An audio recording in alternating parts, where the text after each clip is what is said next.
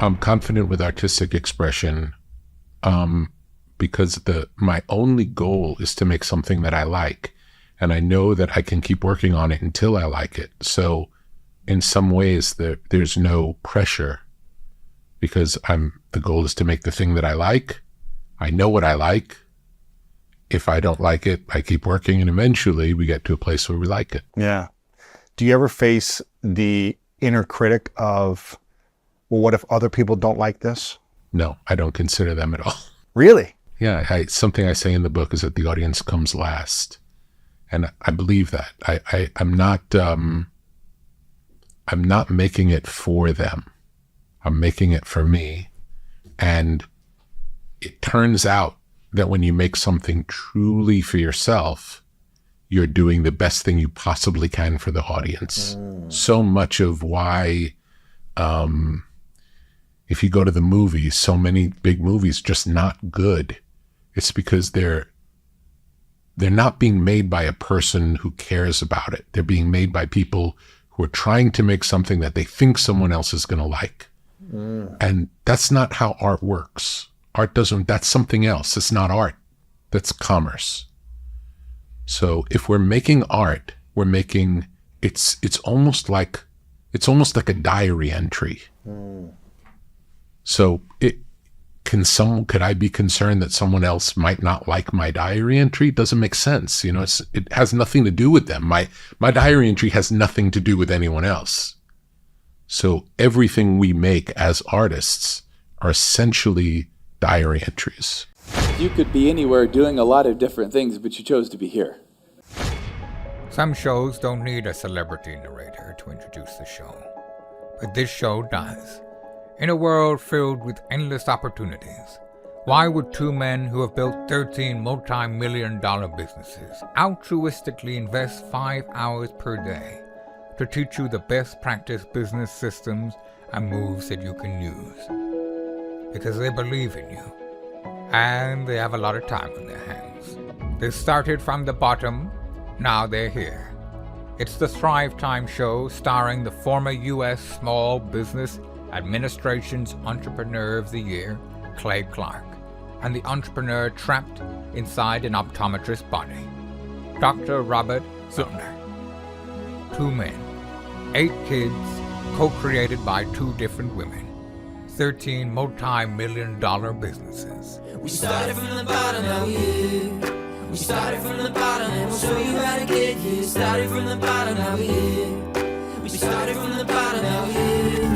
We started from the bottom, and now we're at the top, teaching you the systems to get what we got. Colton Dixon's on the hooks, I break down the books. The C's bringing some wisdom and the good looks. As the father of 5, that's why I'm alive. So if you see my wife and kids, please tell them hi. It's the CNC up on your radio, and now 3, 2, 1, here we go. We started from the bottom, now we're here. We started from the bottom, and we'll show you how to get here. Started from the bottom, now we're here. We started from the bottom, now we're here. We started from the bottom, now we're here. We started from the bottom, and we'll show you how to get here. Started from the bottom, now we're here. We started from the bottom, now we're here. Ladies and gentlemen, please stand to your feet and greet Colton Dixon in the house. Colton Dixon. All right, I'm going to go over here and I'll let you do your thing. Hello. How is everybody feeling? Good. I want to clarify one thing. I do love money. However, I'm not ruled by money. So Clay was kind of right on that. Did anyone can anyone sing out there? A few people? No one's willing to admit it? Okay, well, you're in luck. The Bible says just make a joyful noise. So if you sound happy about it, you're good. Can I teach you a song and us do it together? Okay, it goes like this.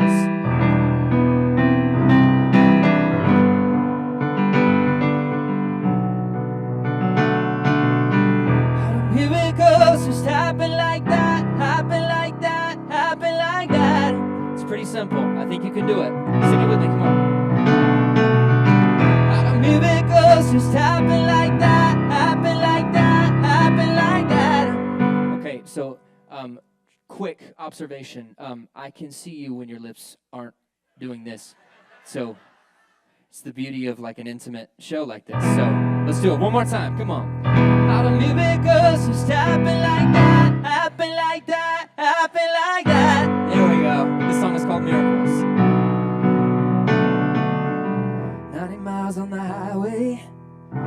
every day moving so fast, taking all the wrong ways out. I never saw you coming, no. You're stopping me in my tracks, keeping me from the long way down. Doesn't matter just how many times I try, there could only be a single reason why. So tell me, how do miracles just happen like that, happen like that, happen like that? You can say the stars align, but I know that it's more than time. How do miracles just happen like that, happen like that, happen like that? Right before I hit the ground, son, how you came along and found me.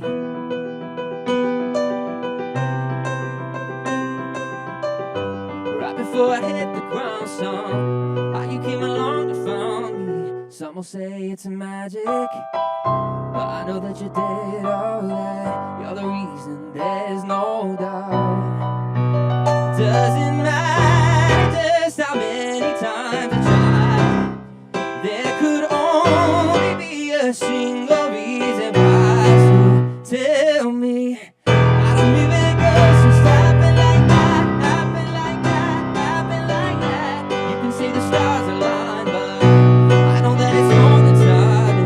How do miracles just happen like that, happen like that, happen like that? Right before I hit the ground, son, how you came along and found me.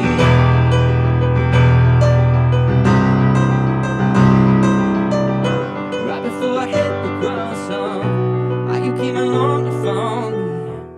There's no doubt when I feel your love, call me crazy and out of touch, but I know that it's from above. Tell me,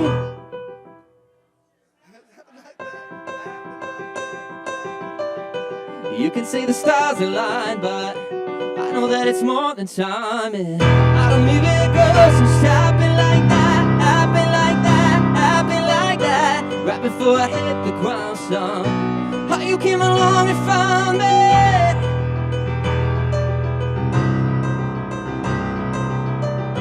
Right before I hit the ground, son, how you came along and found me. Yeah, come on, good job.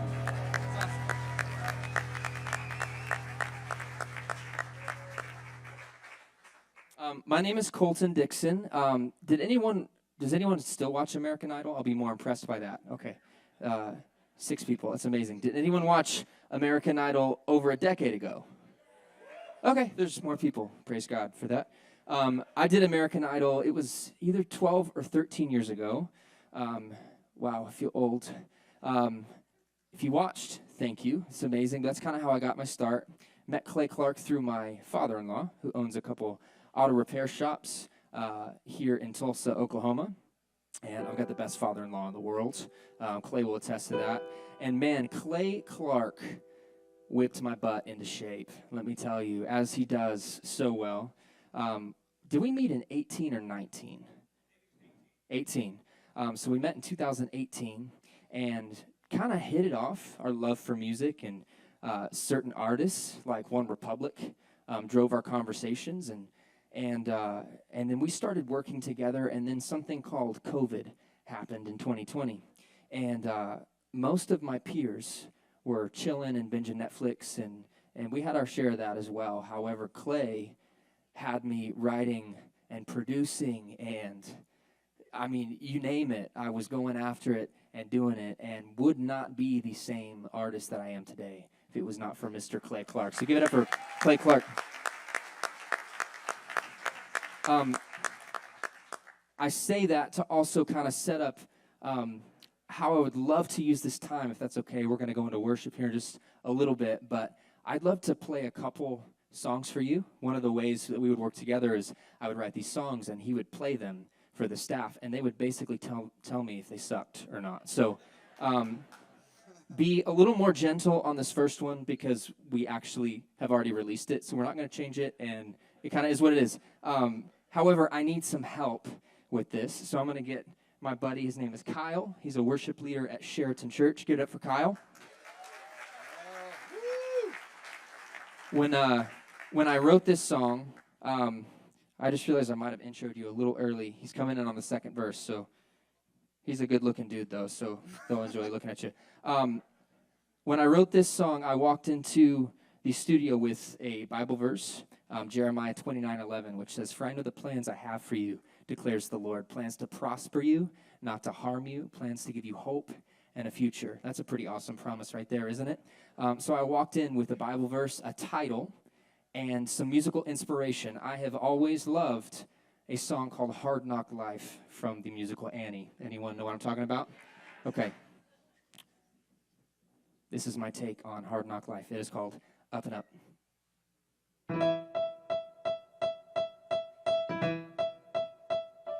Even though I walk through the valley, sometimes it feels like I crawl through the valley, but I got a promise that I hold on tight to. I can't lose when I'm right beside you. Yeah, gotta know the plans you have for me, but my cup is overflowing. So while I'm in the in-between, I'ma live my life knowing that if I get down, you pick me up from the ground. You give me love and don't give out, giving no conditions. You lift me up and up again now. No matter who surrounds, I'll let my hallelujah get loud like a freight train, sunshine over it. I lift you up and up again. All right, so here's what we're gonna do. Since we're big on Q&As here, Kyle, I'm basically just going to ask you some things and state some things, and we're going to really lean in on your response. Deal? So the first thing, ask me how I know he's going to do it. You're going to say, "He did it." That's right. The second thing, every time a blessing's coming to me, what are you going to say? "He's in it." That's right. Third thing, that was a 2. Third thing, pick number 3, my Lord. Okay, number 3. No one got that reference. That was Shrek. Anyway, all right. The devil tried to make me turn away. What are you going to say? "Forget it." That's right. All right, let's do this. Ask me how I know he's going to do it. He did it. Every time a blessing's coming to me, he's in it. The devil tried to make me turn away. Forget it. 'Cause even on my worst day, if I get down, you pick me up from the ground. You give me love and don't give out, giving no conditions. You lift me up and up again now. No matter who surrounds, I'll let my hallelujah get loud like a freight train, sunshine over it. I lift you up and up again. Up and up again, yeah. Gotta know the plans you have for me, yeah. So while I'm in the in-between, I'ma live my life knowing that if I get down, yeah, ooh, now, no matter who surrounds, I'll let my hallelujah get loud like a freight train, sunshine over it. I lift you up and up again. Yeah, up and up again, yeah. I lift you up and up again.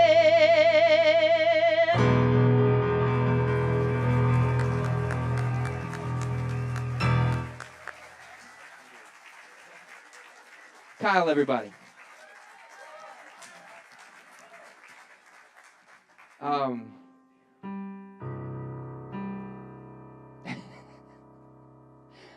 I really love things like this because of how formal it is.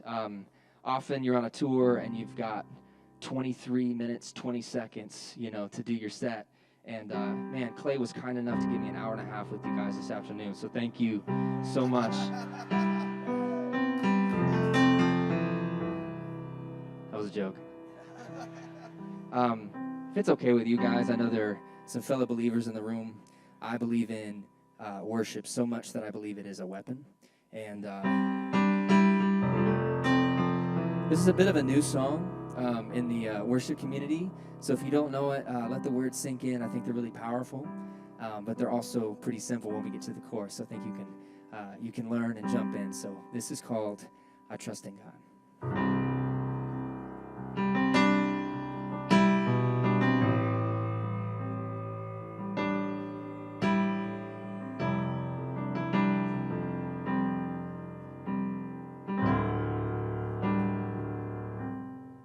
Blessed assurance,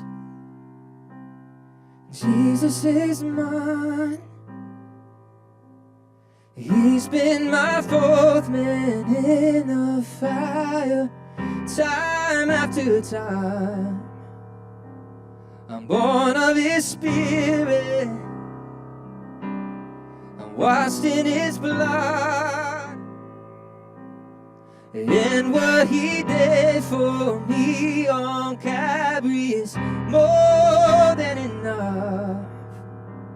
So I trust in God, my Savior, the one who will never fail. He will never fail. Oh, I trust in God, my Savior, the one who will never fail. He will never fail. That's why I trust in God, yeah. Oh, I trust in God, yeah. I trust you. I trust in Jesus. He's never failed me. I sought the Lord. Oh, I sought the Lord, and He heard, and He answered. I sought the Lord, and He heard, and He answered. I sought the Lord, and He heard, and He answered. That's why I trust Him. That's why I trust Him. I sought the Lord, and He heard, and He answered. I sought the Lord, and He heard, and He answered. I sought the Lord, and He heard, and He answered. That's why I trust Him. That's why I trust Him. I sought the Lord, and He heard, and He answered. I sought the Lord, and He heard, and He answered. I sought the Lord, and He heard, and He answered. That's why I trust Him. That's why I trust in God, my Savior, the one who will never fail. He will never fail. I trust in God, my Savior, the one who will never fail. He will never fail. He will never fail. He will never fail. That's why I trust in God. That's why I trust in God.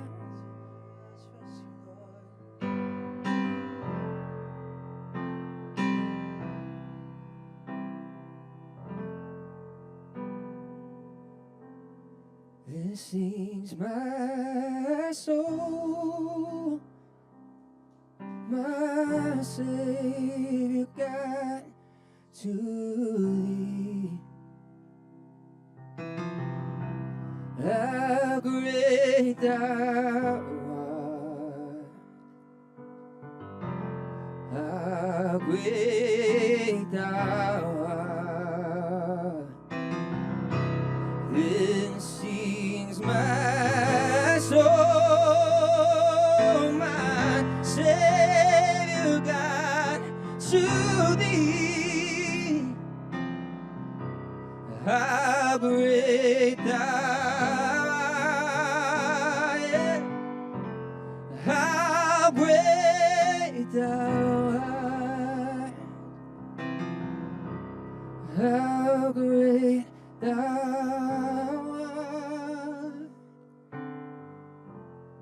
How great thou art.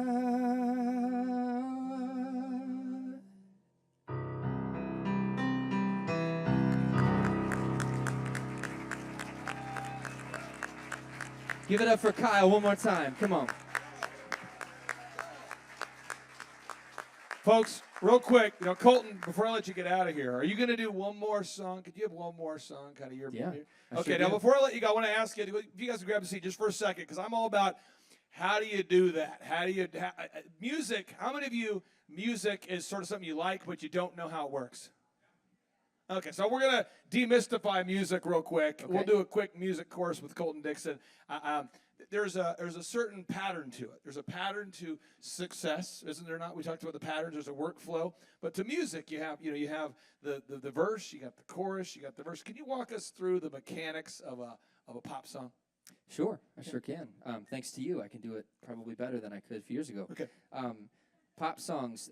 The number one thing that I've been told, that I've read, it's this: people want a chorus that's memorable. They want something that almost feels like they've heard it before. But my favorite saying is this: don't bore us, get to the chorus. So the shorter your verse is, the shorter your pre-chorus is, the better, because people really just want to hear the chorus. There it is. Now, we haven't talked about this, so if you want to rebuke me, it's fine. But when you're going in to write a song, so you're in the studio, how many of you would kind of like to see what that's like to see someone in the studio write a song? Okay, so you start with like a melody, or how does that happen? You're in the studio, yeah, and maybe you could kind of walk us through, what is that process? Because when I went to college with Ryan Tedder, and he would be in his room, Name drop. And he would be talking in college. He would be singing, but there wasn't any words. Like, he'd be playing a melody, and there was no words. I'm like, what are you doing? What is happening? What is going on? Are you? He says, I'm doing. Can you walk us through that process? Sure. So I will say this: I don't know that there is a right and wrong way to write a song, as long as you guys are, enjoying what the artist is putting out. So I don't know that there's a right or wrong way to do it. However, the way Ryan does it, the way I like to do it, is either writing from a title. I mentioned that about Up and Up. I kind of had a title, so I kind of knew where the sandbox was, right? So now it's our job to go into the sandbox, into all the corners, and try and figure out what we're going to say, how we're going to say it. But we kind of know the structure of the song. But what Clay is referring to is what we call baby talk. So we get a melody, right? I even heard this the other day. This is more true in pop music than it is for Christian music, for obvious reasons. But pop music is more about the music and the melody, right? It's about how it makes you feel. Whereas Christian music, you have to be very intentional about what you're saying, again, for obvious reasons. But people often get that melody, and they will just start. I mean, it probably sounds like speaking in tongues, if I'm honest with you. It's like they'll just start singing, so Up and Up Again. So it's like, I mean, it's just it's baby talk. But later you can go in and go, oh, I really like how these syllables fall. I really like where this melody is landing. Is there a 2-syllable word that means this? So we'll go and we'll look and we'll see if it fits the rhyme scheme. And it actually becomes very technical. But again, we've kind of set the parameters with the title or with the direction of the music or whatever, if that makes sense. There's one person watching right now that needs to know. People always ask me when I record a podcast, who's it for? One person. So you're recording. Someone's watching right now, and they're a musical artist. They that's what they want to do.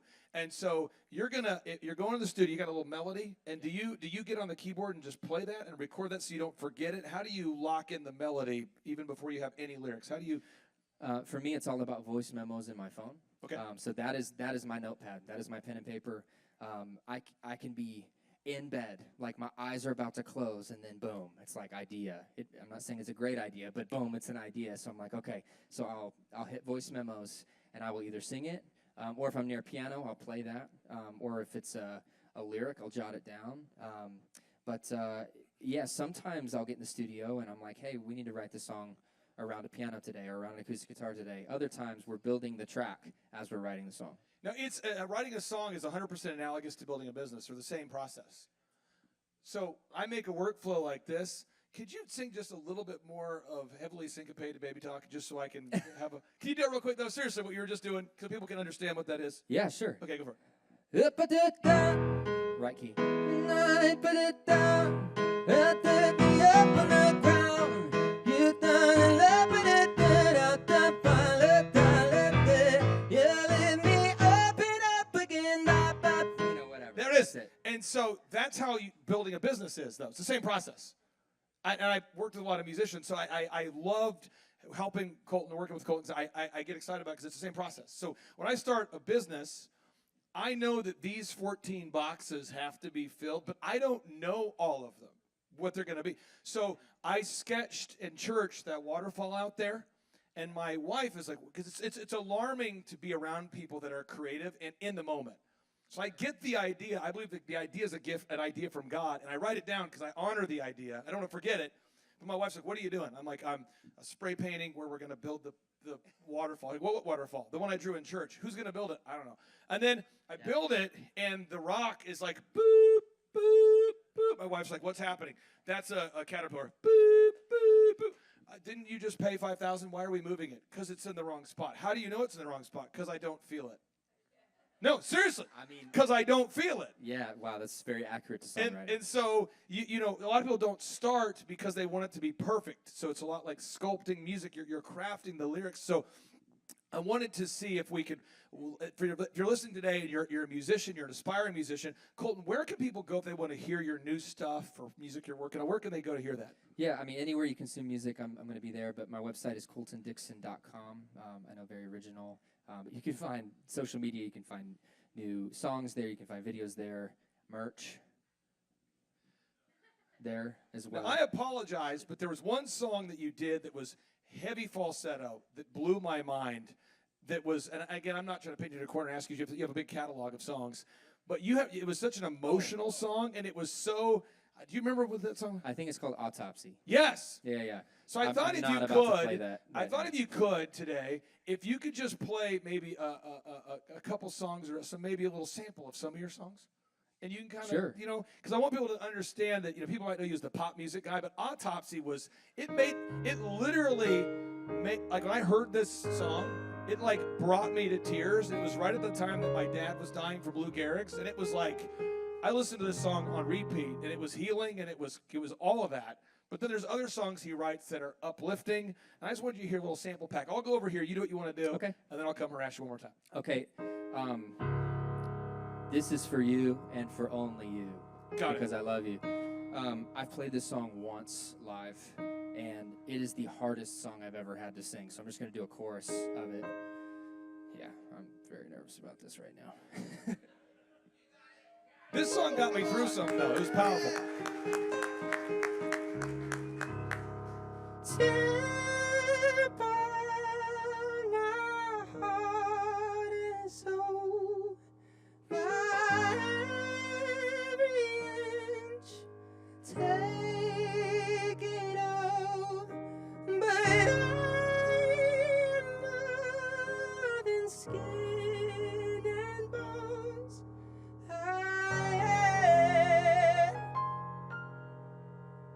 I am more. That was for you, Clay Clark. Thank you. You're welcome. How much time do I have first? Between 10 minutes and 4 hours. Okay, fantastic. Okay. I'll lean towards 10 minutes. How's that sound? Can I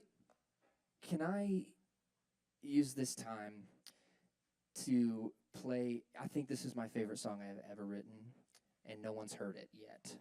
And I might be more nervous about this than singing like a girl just now. This topic means a lot to me, but I want to start by saying, how awesome is it that we serve a God who chooses to see us through the lens of Jesus and what he did. And just a recap, if you don't know, he lived a perfect life. He was blameless. He was spotless. He died for everyone in the room. And then 3 days later, he rose again. That's kind of the big pillar of why Christians believe what they believe. However, in that same thought, does it bum anyone else out that a lot of people view God through people? That bums me out, y'all. Romans 3:23 says, for all have sinned and have fallen short of the glory of God. I'm no exception to that. And I wrote this song kind of as a response. I know church hurt and deconstruction, and there's a lot of hot topics, hot takes in church even right now. And man, I kind of wrote this song with my wife in mind. We have two twin girls, identical, who are about to be 4. Pray for me.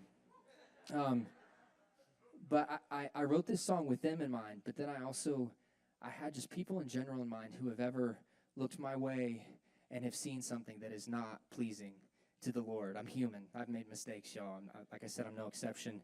And I hope I remember the words, because like I said, this is the first time I've played it, but I'd love to play it for you. This is called In Spite of Me. So this is one of those times, maybe let me know if you like it or don't, and we won't put it out. So here we go.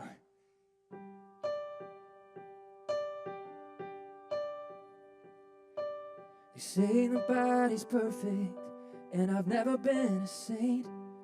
Not all scars are on the surface, or written on my face. I'm not the best example, or the man that I should be, but I hope you find Jesus in spite of me.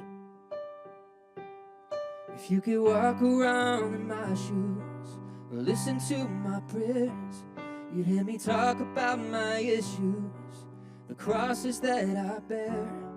Being broken doesn't excuse the life that I should lead, but I hope you find Jesus in spite of me. I hope you find the answers, I hope that you find peace.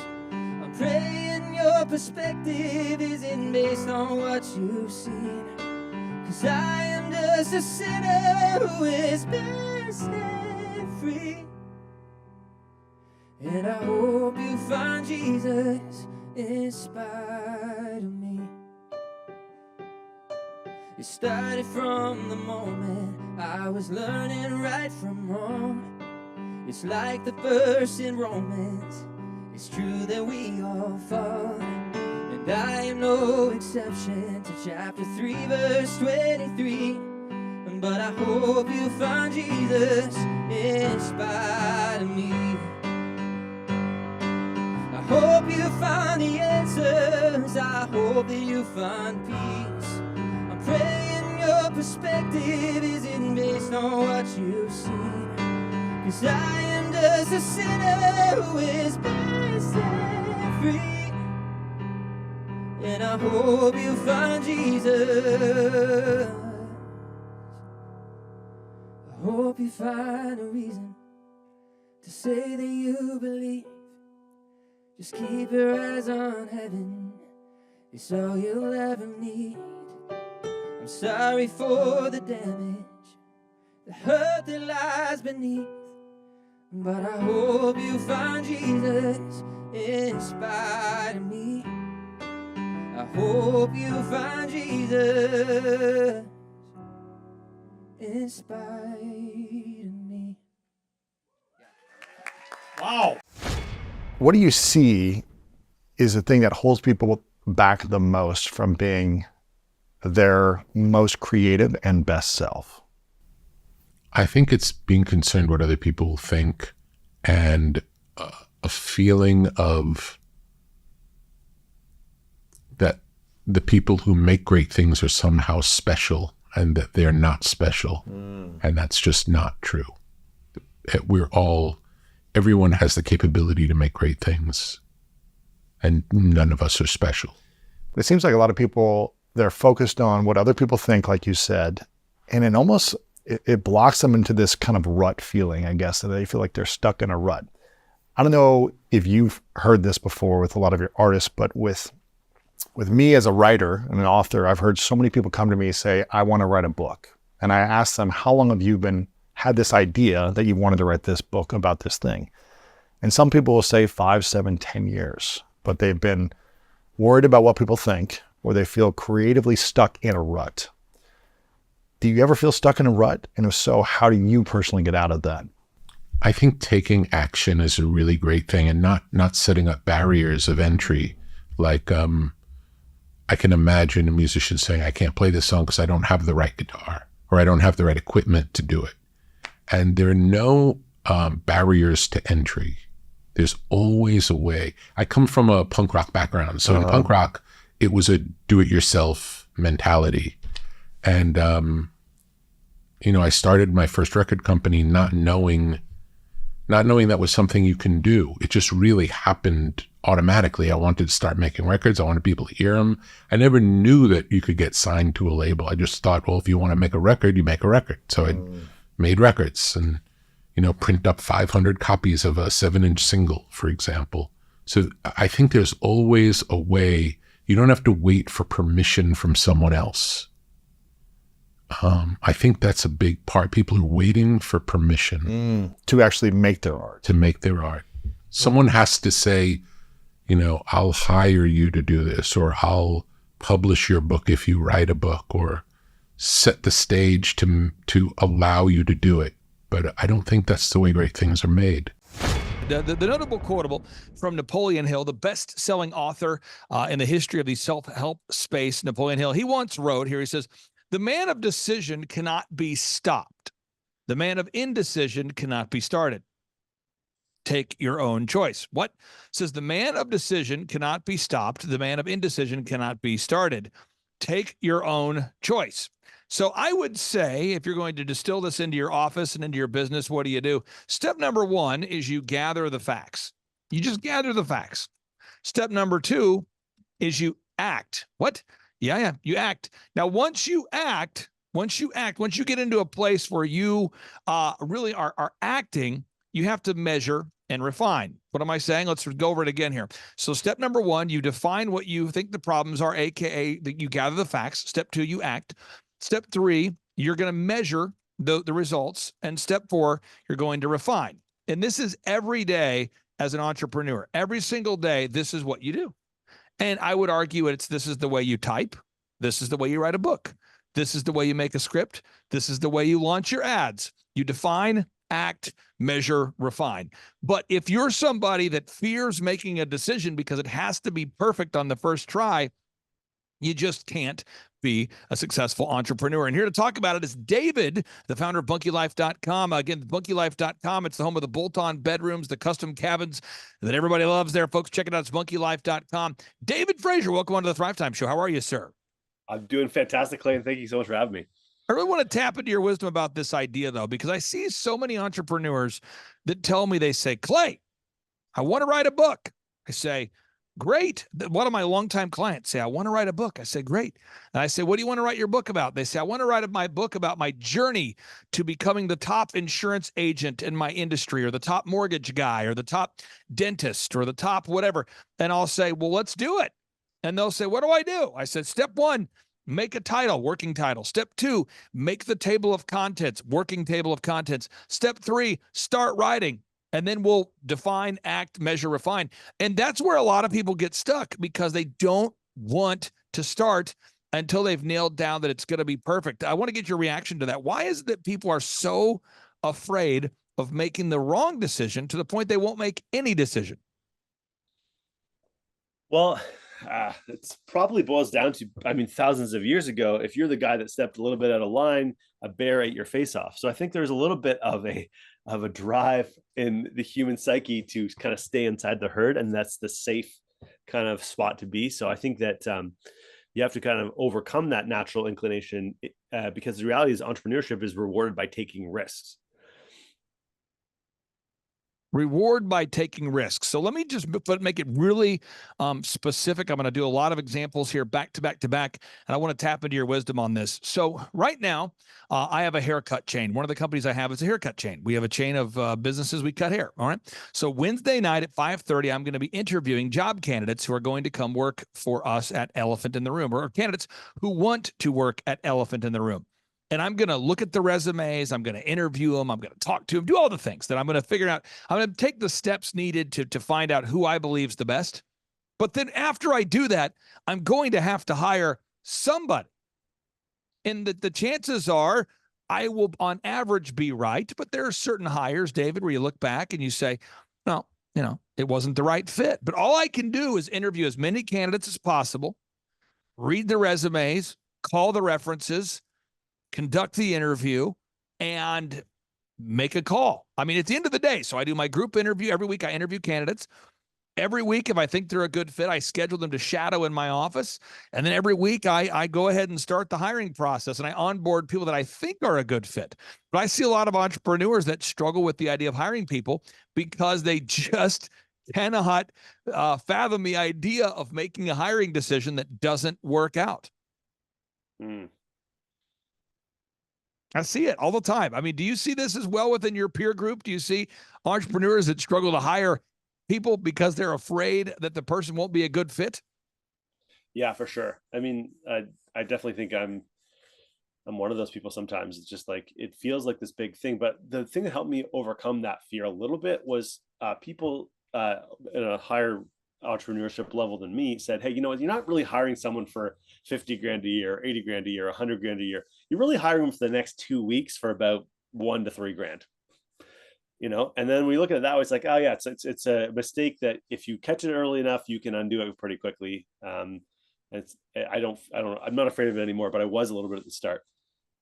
I see a lot of entrepreneurs that are afraid of hiring people. I see a lot of entrepreneurs that are afraid of decorating their office. As an example, my office, if you come into my office, like it or not, you can there's clearly somebody in my office, aka me, that doesn't have a problem with doing aggressive design. Like, I have no problem doing design that I perceive to be enjoyable. So I've got a massive waterfall in front of our building that I love. I've got a certain playlist in my office that I love. I have decor that I love. But I know a lot of people that, David, for whatever reason, they won't decorate their own office. I go into their office and I say, no, this is a real thing. I've had clients that have told me, they say, Clay, I want to make my office compelling like yours. I say, okay, great. So why don't you send me, because most of my clients are out of town. So why don't you send me video footage of your current office? And you look in their office and it looks like no one even offices there. And I say, why haven't you just put anything out? Why is there no decor at all? And they say, well, I just didn't want to put out a print that offended somebody. Didn't want to go with the wrong color. Didn't want to go with the wrong. I just want to get your reaction again. I mean, back to these ideas, because again, if you cannot make decisions after gathering all the facts quickly, you cannot become a successful entrepreneur. Yeah, I think that the reason a lot of people don't kind of put their mark on things is like you said, the risk of offending.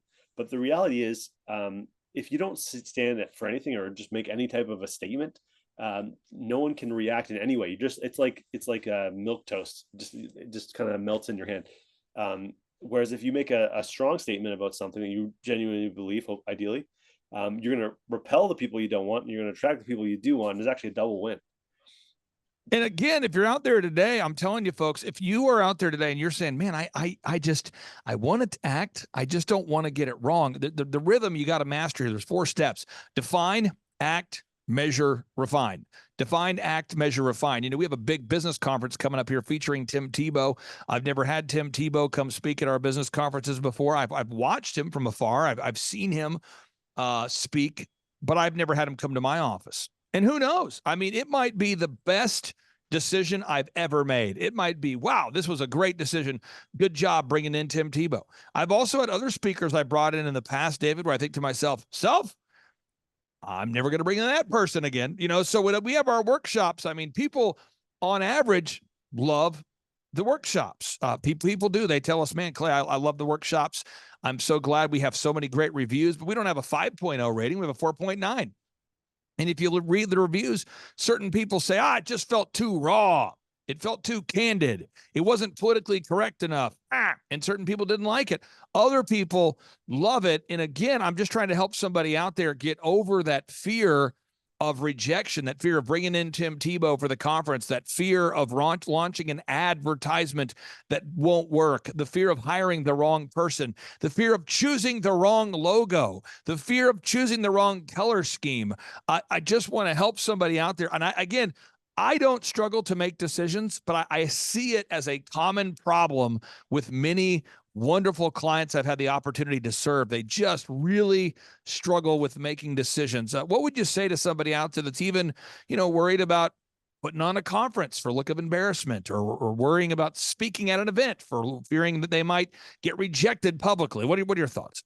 Okay, so what I always say is the root word of decision comes from some type of a Greek word for to cut off, to sever off. So you think about yourself standing at a fork in the road, and you have to sever off one of the paths. You have to choose one and cut off the idea that you could have chosen the other path. So a lot of people think that they can somehow go down both paths, but you really can't. You can't ride two horses. You can't take two paths. So at a fork in the road, you have to cut off the life that you could have had if had you went the other way. That's the first thing that I always think about. And the reality is, if you don't make a decision, you've made a decision to sit around and do nothing and stare at two paths. So there really isn't an option in a lot of scenarios where you can't make a decision. You are making one by just sitting around and avoiding actually choosing one of the two paths. You have to be able to cut off the potential of path one and choose path two, or vice versa. Otherwise, you are going to be paralyzed and never move forward. Now, this is not a passive aggressive attempt to attack and or criticize your products, but I'll just say this. You go to bunkylife.com.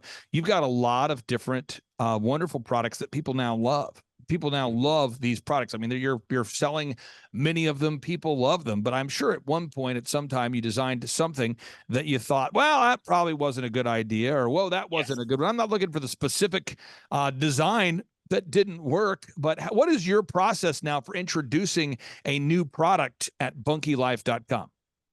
So if we get continual demand for something and we love the idea and we can make it ourselves in a cost-effective way, then we'll consider it. Otherwise, if it doesn't reach those three criteria, we don't even consider something. So there's lots of times people want us to make tiny homes or showers or things like all this random side stuff. But for us, we just got to zoom in and get better on making the things we already make better.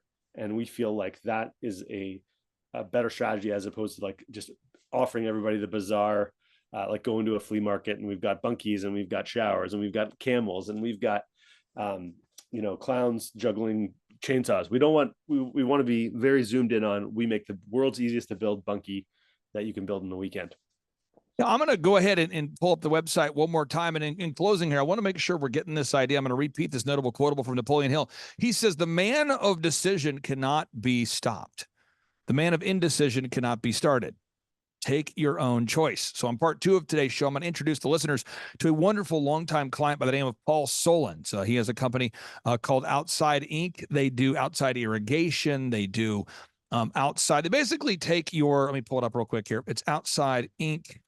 They basically will take your backyard that you are currently frustrated with and turn it into a place where people want to go and visit. They really do a great job with the landscaping.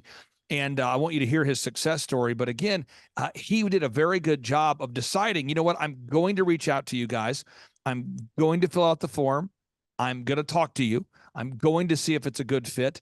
And he's having massive success, but he had to make some decisions there. So what do you say to some entrepreneur who's watching right now that's saying, man, I'm thinking about going to bunkylife.com. I'm thinking about buying up one of these things.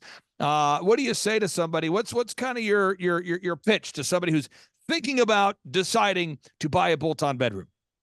Well, the reality is, if you think about puttering around on this decision, another year is going to go by. And so basically you are making a decision to not add extra space, to not be able to host your friends and family, to not have that backyard office.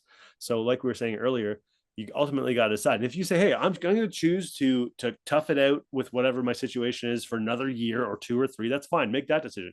But if you don't want to have an embarrassing stay every time your in-laws or your friends and family want to come visit, if you don't want to have kids screaming in the background on every single Zoom call and every single client call, if you don't want to have basically no escape from your current house, then give us a call, 1-866-4BUNKY. We'd love to talk about how we could potentially add some extra space to your backyard. Are most people buying a bunkie to be kind of an escape room for their own house, like their own like private office, own kind of getaway? Or most people buying a bunkie to be a bolt-on bedroom, like a guest bedroom? Or what's the most common reason people buy a bolt-on bedroom? It's definitely bolt-on bedroom is the number one thing. If say you have a small cottage and you want everyone to be able to come for the weekend, or even a smaller house, you want your in-laws to come. That's number one. And then number 2 is definitely the home office or extra space for hobbies or office business stuff. David, I greatly appreciate you carving out time for us today. Thank you for doing that. And again, folks, check it out. It's bunkylife.com, bunkylife.com. And on part 2 of today's show, this is a wonderful listener out there, folks, just like you, who decided to reach out. He's increased his lead flow by 10 times, and we're going to share with you his success story. Thanks again, David. We'll talk to you soon. Thanks, Clay. Appreciate it. I mean, I remember some bills of $4,500 a month just to get leads that I was having to pay for. And that's only get a lead and a contact, to where now I'm paying you $1,700 a month, and I got 80 some leads last week alone, and I paid you $1,700. And to me, that was huge for my industry. That was one huge thing that just blew me away. Okay, folks, money is a magnifier. That's what it is. Money's a magnifier. It's an amplifier. It just makes you more of who you already were. So as an example, if you're a complete jerk and you make a lot of money, you'll become a bigger jerk. And on today's show, we're interviewing a longtime client who's a really nice, kind, decent person. He doesn't claim to be perfect, nor do I think that he's perfect, but he's a guy that I use over and over and over. I utilize his services to plant trees and do landscaping for my family, for my business, because I really enjoy him as a person. I consider him to be a friend, and it's been awesome helping him magnify and grow his business. And without any further ado, we have the founder of Outside Inc., Paul Sullins. Welcome onto the Thrivetime Show. How are you, sir? Doing good, Clay. Thank you for having me. So, Paul, I got to ask you here, and correct me if I'm wrong. I'm looking at your tracking sheet, which for anybody out there who's a client, we look at the tracking sheet. And last week you had 89 leads. So 89 people reached out to you to inquire about hiring you to do landscaping, pool maintenance, backyard work for them, outside remodeling kind of work. And then I'm looking at your tracking sheet like a year ago, and you were getting like 4 or 5 leads on a weekly basis. Can you maybe walk the listeners through what it feels like to be on the receiving end of 89 inbound leads in 1 week? It's a little scary, to be straight honest with you. It's awesome just to know that the amount of work up front that we put in is actually paying off. You see these people, you hear all these things, and you're like, hey, it's going to be there, and it's been kind of mind blowing to sit there. And one of my office ladies comes in and goes, we've got 56 calls in one day right after a rainstorm. And to actually realize the work and the effort that we put in is actually coming to fruition, it's been amazing. Well, what I'm going to do is I'm going to pull up your website, and I'm going to showcase what you do so people can get a little context to know you're not a hologram. Outside Inc. Irrigation. Outside Inc. Irrigation is one of the websites. Also, folks, if you do a search on Google for Outside Inc. and the word Tulsa, you can find the website outsideinc.co. So 2 different websites there. When you go to outsideinc.co, we look at the service you provide. It's French drainage, it's landscaping.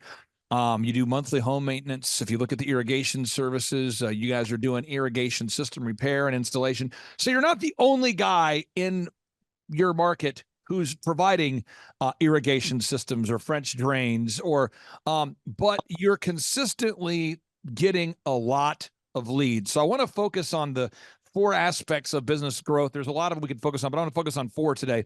The first is marketing. You've got to get reviews from happy customers. Every single week I harass you about this, and every week you show up with more, but these are actual customers that have actually done business with you. Can you talk about the importance, and I'll hit play, but I'll hit mute as I'm playing these. Can you talk about the importance of gathering objective video reviews from real customers each and every week? What kind of value has that made when you're even talking to prospective clients? It's made a lot of difference. I mean, a lot of the phone calls, we'll sit there and go, hey, we're the highest rated, most reviewed company in Tulsa. We do all these things, and they're like, yeah, we know. We went to your website, and we saw the clients speak about what you had doing, what you had done around their houses, and how well you communicated with them, and that's how we decided to work with you guys. So it's just, I've put on so many different client reviews and interviews on the webpage, and it's been completely different.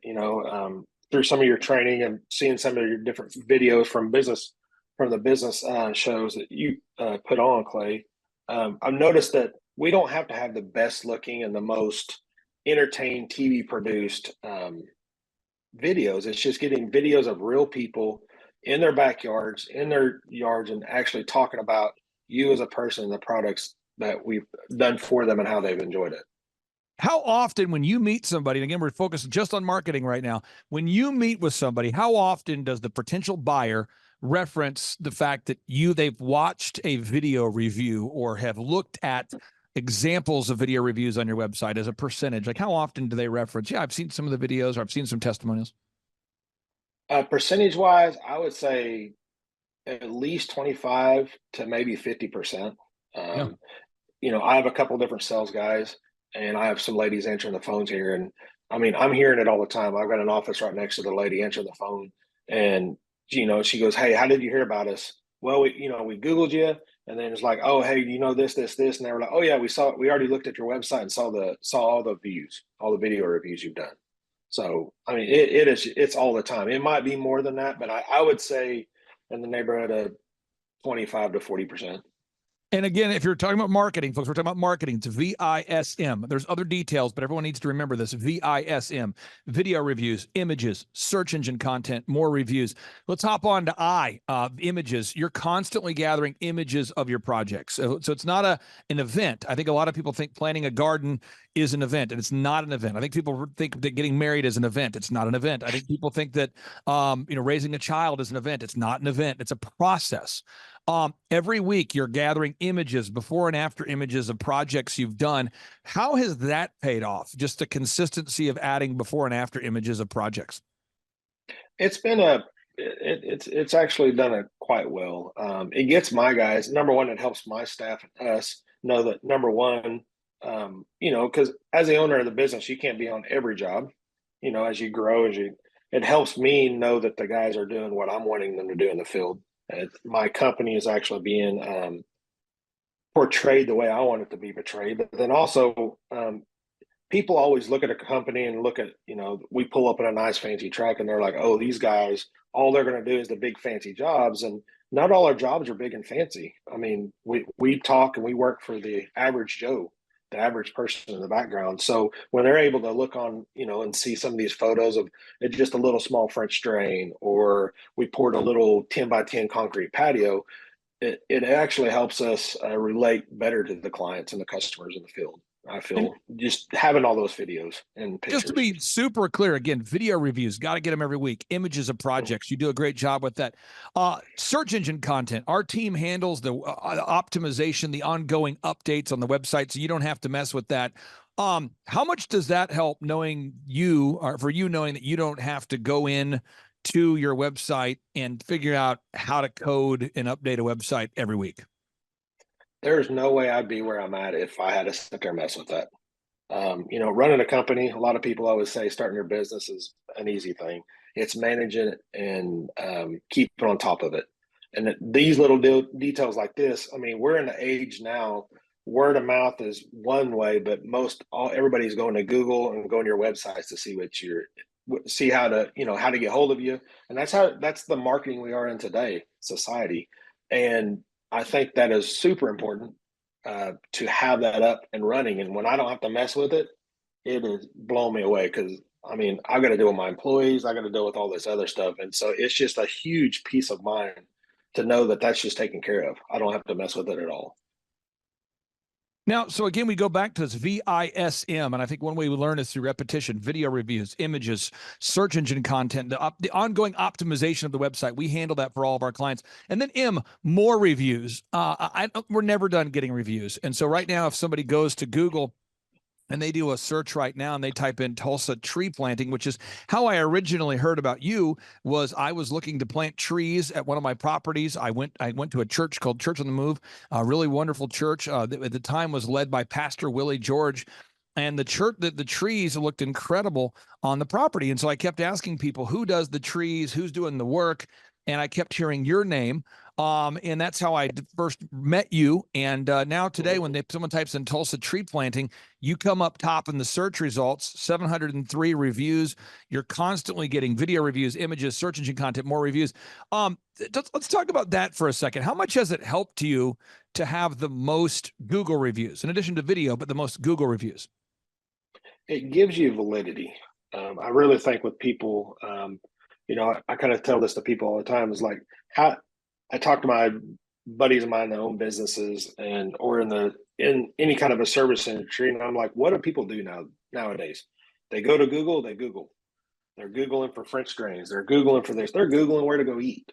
And if to be at the top of Google gives you the opportunity to actually talk to a client and do, to bid it. Not, we still have to go out and sell the job to the client, but it's been very important and very helpful to be able to be at the top to be able to get that. I don't know if I quite answered your question. No, this is great. And you've got the 4 aspects of business I want to focus on today. Again, step 1, marketing and branding. We covered that. The web branding is just anything people see, the website, the print pieces, the logo, the auto wraps. We handle all that with you. We do a lot of that work behind the scenes. That's marketing and branding. The second step is sales. Sales is converting an ideal and likely lead or an ideal and likely buyer into an actual buyer. And I believe that a lot of times, and I've worked with companies in the past that helped me with my marketing when I was first starting djconnection.com. And I would say, well, yeah, I'm getting a lot of leads, but I'm not selling anything. And they would say, we don't really help with that. We just focus on the marketing or just the branding or just, I want to get your thoughts on the sales thing. You do a very good job of tracking. I won't share your tracking numbers on today's show, but you do a very good job of tracking. This is how many leads that came in. This is how many people bought. How has that helped you measuring and tracking your sales? Number one, it helps me because as I've grown, I've got multiple salesmen that work with me. Number one, I'm able to see what my guys in the field are selling every week. And it also gives me time and to see, or not time, but gives me the capabilities of looking and seeing how our ebbs and flows are in my business. Because I'm an outdoor service company. So in the springs and the falls, it's able to see when I need to gear up for employees, when I need to gear up and get guys ready for stuff, when our downtimes are. So, over the last 2 years, I'm able to go back and look at going, hey, January and February is going to be real slow. December. So I really need to start as a business owner in October, September and October, start pushing sales and start finding different ways to be able to get more business to keep my guys going so we can book out over that time. So if I wasn't able to track my sales, my leads coming in, the jobs were sold, I wouldn't know. You get so busy in your day in, day out, you don't focus on that stuff. And, me meeting with you every week as a business coach and able to sit there and look at that stuff every week, you get trained to be able to look at that stuff and be able to see stuff ahead as you're growing your business and not looking in the rearview mirror going, man, I wished I would have kept that going, or wished I would have known about that 6 months ago, because then I would have been able to adjust then to help us now. And now I'm sitting there going, hey, I got to make money to pay bills, and we got to get some jobs sold. And I'm working in the rearview mirror trying to get stuff closed that we should have been working on 3 to 4 months ago. Now, most of the clients I work with, I charge clients a flat rate of $1,700 a month plus a small percentage of growth. And the idea is hopefully I'm the cheapest employee that you have. So you look at it and you go, okay, I'm paying this guy $1,700 a month. Okay. Hopefully I'm the least expensive person on the payroll, the least expensive line item. But over time, once we produce fruit, hopefully that small percentage of growth, that small percentage of the growth makes it all worth it, and so that's the idea, is to achieve that true win-win. And so the third aspect of the business coaching I wanted to cover on today's show is management. So you look at a great project like this, you got to do marketing, branding, true. Step 2, you got to do sales, but 3, you got to manage. And I think that most people who are self-employed feel sort of isolated and annoyed. I feel like most self-employed people feel isolated and annoyed. They feel like, am I the only one seeing the level of jackassery that is often allowed in the American workplace today? And I have to work with all my wonderful clients to teach best practice management systems. And I think you do a fine job of that. That's something that you, in my opinion, is one of your strengths. You do a very good job of communicating the expectations directly to the client, and you manage those expectations. You tell the client, hey, Mr. Smith, hey, Miss Smith, we're going to have your pool, your pool remodel, or your pool fix, or your pool house fixed, or your outdoor siding project, your outdoor landscaping. We're going to have your retaining wall. We're going to have whatever the project is. We're going to have it done by this particular day. It's going to cost this amount of money. And you do a very good job of managing that relationship with the client and then managing those employees behind the scenes. Can you talk to us about the importance of just mastering management techniques? Well, I don't know if anybody's ever a master. Um, one of the things I've learned, and I've had clients over and over in my field sit there and go, man, when you said you were there, you were there. You were there every time you said you were going to be there. And you did what you said you were going to do. And that, number one, I like to be a man of my word. I mean, I like to be able to tell people when we're going to be there. I work in the outdoor industry. I mean, it rains. We're in Oklahoma, so you're going to have delays. But setting those expectations with the clients, number one, helps me to be able to go, hey, it's rained. I can't get it. We've been delayed because of this. And setting those expectations up front makes for a happy end product with your clients. And just going through the process, say, hey, right, even when I sell the job, I'm like, hey, we're the highest rated, most reviewed, company in Tulsa right now. And here's the reason why. But that also comes with, we're really busy. We're not going to be able to get to you tomorrow. And the thing is, the people that can get to you tomorrow are probably not going to give you the best product. And setting those expectations with the clients up front, letting them know, hey, we're going to be a little behind. We're 6 weeks out, we're 8 weeks out, and letting that client know that, and then keeping them up to date. Then the client knows, hey, they just didn't take my deposit, or they just didn't take this and just disappeared. They know that, hey, we're coming down, we're there, we're still there, we're going to get it done.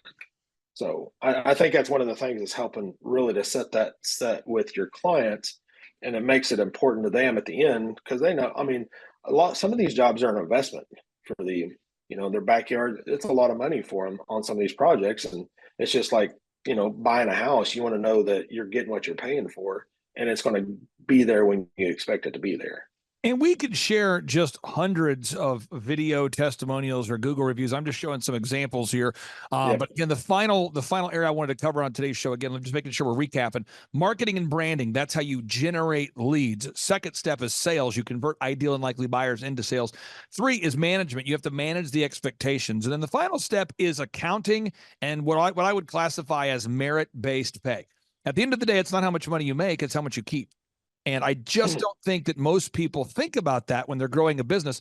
And that's becoming an increasingly part of our ongoing conversations, is making sure that, because you're the kind of guy that quotes a customer a price and you hold yourself accountable to not changing your bid on the client. But that doesn't mean that subcontractors or employees won't try to change the game on you and all of a sudden drive up your expenses. So can you talk about that final step of just the accounting? Because I think a lot of entrepreneurs, when they when they reach out for a business coach or a consultant, they don't think about the accounting. But I would argue, as we continue to grow Outside Inc., the accounting aspect of your business is becoming a bigger part. I firmly agree. I just come out of a meeting talking about accounting and bills and what's coming in, fresh on my mind, and as you grow your business, one of the things, I think, as you're young, you're just trying to get jobs done. You're just trying to get whatever you can go. But as you grow, it becomes a huge part. It becomes, I think, more than what most people think it's going to be. And getting, keeping the money and keeping the accounting, it's just like this last year, Clay, me and you had been talking about, doing merit based. Because I think if you pay people enough where they're comfortable, they stay there. They don't want to grow. As your business grows, you want to grow. You want to give them more money. Most people want more money. I think everybody would, not frown against getting some extra money. But as a business owner, you want your salesmen, you want your guys out there in the field wanting to be able to make more money. And if you just keep them on an hourly basis, there's no growth for them to perform better and to make more money. So this last year, I've switched my sales guys to 100% commission. I used to have them above base, and I put them over to commission. And the amount of calls of clients looking for their bids has got cut down in over half. He's selling more jobs by, I would say, 30 to 40%, maybe even more than that, since we've been tracking it. And it's made a huge thing. Because the thing is, if he doesn't sell, he doesn't get paid any money. And so you know, especially when you find people that are eager to make more money, they're going to sell more. You know, this is one thing I wanted to bring up, and I'll let you go here because I know you're a busy guy here. For anybody out there that doesn't know this, you know, when I built my first company called DJConnection.com, after every event we did, I was obsessive about calling the bride after the wedding and asking them to leave us an objective review. Now, this is before Google was super relevant. So we had Wedding Wire and the Knot.com and those kind of things, or we would get video testimonials on an old school video camera we had back in the day. And we would archive them. And at a certain point, I remember I talked to a bride and she said to me, "You have thousands of video testimonials." And I said, "Oh yeah, absolutely." And then now today, people go to thrivetimeshow.com, they click on testimonials. And I had a call I had just the other day with a wonderful man. And he was saying to me, "I was going through your testimonials and I had to stop around like page 30 because I kept looking at the testimonials and I realized there is really no end in sight. I mean, I'm looking at this and there's like years after years after years of video testimonials." And I said, "Well, yeah, because we document that. That's a very important thing that we do." But I want to ask you this question. For anybody out there that's thinking about coming to one of our workshops or scheduling a free 13-point assessment with myself to go over how to grow their company, what would you say, or maybe what kind of impact do you think that business coaching with our program has made on your business? It's been huge. One of the things I've loved, you know, the problem is a lot of times with business owners is I feel, especially with me, you know, we come from, for my instance, I come from, I call it W-2 employee status, you know, working for somebody and said, "Hey, I'm going to go out here and start my own business." Well, I didn't go to business school. Nobody's told me the next steps, what I really need to focus on. Because as you grow this business, like, what is it? There, you know, you can read 1,000 books, and what's made it huge for me is to be able to come along, you know, have you come along beside me and something go, "Hey, you need to focus on this, and this is why. You need to focus on this, and this is why." Because when we get down in what I call the trenches as a business owner, you're sitting there going, "Man, if all you do is focus on that, you can never focus on what you really need to do. You can't focus on your accounting and stuff like that." And it's been amazing. It's actually, I don't know how much it's grown my company so far in the last 2 years, but it is, the peace of mind is unreal because I'm not looking at my numbers at the moment, but it has been huge. It's just like I used to have to pay. I think we were paying in the neighborhood of $4,000 a month just for leads, just to get leads in now. 2 years ago, I mean, this time of the year, I mean, I remember some bills of $4,500 a month just to get leads that I was having to pay for. And that's only get a lead and a contact, to where now I'm paying you $1,700 a month and I got 80 some leads last week alone, and I paid you $1,700. And to me, that was huge for my industry. That was one huge thing that just blew me away. And I'll say this too. You are a client that's more private about your numbers. That just goes with your personality type. I have some of my clients are a little bit more flashy. They love to talk about their gross sales and their sales. But I can say this, I was looking at year over year. So you take the month of May when we're recording this, and you look at this week last year, and last week you had 8 leads. So last year, this week you had 8 leads from what I can tell on the tracking sheet. And this week we had 89. So whatever that's worth for anybody out there. And again, you know, we have some of our clients that like to talk about gross sales, and Paul keeps it more private, and that's totally fine. So I just encourage everybody out there, you can have a 10-fold increase in your number of leads, your amount of activity. You can do it, but you got to be a diligent doer. You can't just be a hearer of these words. You have to implement what you're learning. And Paul, I really appreciate you for making the Thrivetime Show World Headquarters look incredible. Thank you for the maintenance you provide. Thank you for the work you provide. And again, it's been awesome serving you. So again, thanks for your time today, sir. Hey, thank you, Clay. Have a great day, bud.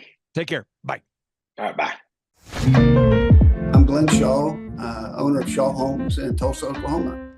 Started the company in 1985. At that time, it was one employee doing everything, me. I met Aaron Antis in 2007. The top 3 things that Aaron did for Shaw Homes was he brought in processes that helped us be able to repeat over and over. He brought in unique hiring skills. He was able to find the right people for the right seat on the bus. And Aaron brought sales techniques that we weren't familiar with up until that time. When Aaron came, we were selling about 80, 85 houses a year. And during the 16-year period, we saw sales get up over 400. Before I met Aaron, the only sales manager we had was myself, and I was completely unable to perform that job. And so Aaron brought major changes and great results with them. In the many years that I was building houses before Aaron, I was great at selling if somebody wanted to buy, but they had to be knocking on my door asking me to sell them a house before I could actually make that sell. I had no sales techniques and no ability to generate sales. Aaron coming in as a natural salesperson just absolutely transformed that and made the sales experience better for the company and better for our buyers. Well, prior to Aaron, I would work all week for the company. I'd sit in a model home over the weekend, and I had a salesperson or two, but I was actually out there all weekend working that. Since hiring Aaron, I was able to take my weekends off, even reduce my workload during the week. I went from working 60, 70 hours a week to almost a normal workload. So I've been a member of the Builder 20 program in the National Association of Home Builders for 25 years, 20 years. And during that time, I've seen a lot of sales managers with the other companies that have been involved. And in my opinion, Aaron is smarter and sharper than any sales manager of any builder that's ever been in our group. Now, some markets, they don't have to try to sell, they just sell themselves. But with the ability to sell and to train and hire, Aaron was better than any of those sales managers that were in my program. Well, I remember when I considered hiring Aaron many years ago, the thought of spending the extra money was a little scary, but in hindsight, it was one of the best things I've ever done. It freed my time, increased our sales, and at the end of the day, increased our profitability beyond my wildest expectations.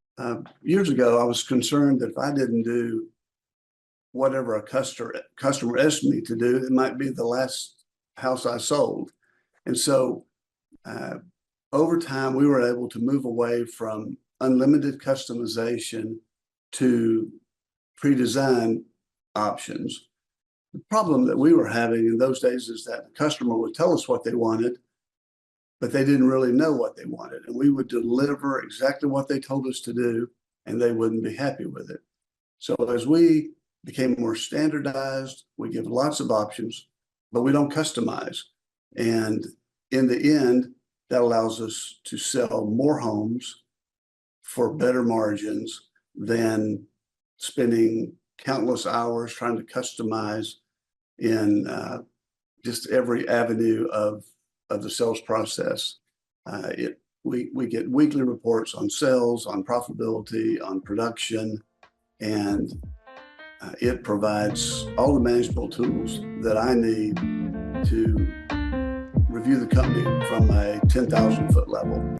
All right, Thrive Nation, on today's show, what we're going to focus on is how to grow a successful company. So what I'm going to do is I'm going to pull up a graphic that is the theory of how to grow a successful company, but vision without execution is hallucination. And so if you go to thrivetimeshow.com/millionaire, you can download a book that I have written called A Millionaire's Guide, How to Become Sustainably Rich. You can download it for free at thrivetimeshow.com/millionaire, but you have to actually implement that which is in the book. And so on today's show, we're joined by a very successful person in the home building business, a great friend of mine, a man by the name of Aaron Antis. Aaron Antis, welcome on to the Thrivetime Show. How are you, sir? I'm doing great, Clay. Thanks for having me on. Hey, so I got to ask you this for the people out there that want to prove you're not a hologram. First off, what's the website for your company so people can verify that you are, in fact, a real business? You bet. It's shawhomes.com. SHAWHOMES.com. Shawhomes.com. I'm pulling it up, shawhomes.com. Pulling it up. That's the website, shawhomes.com.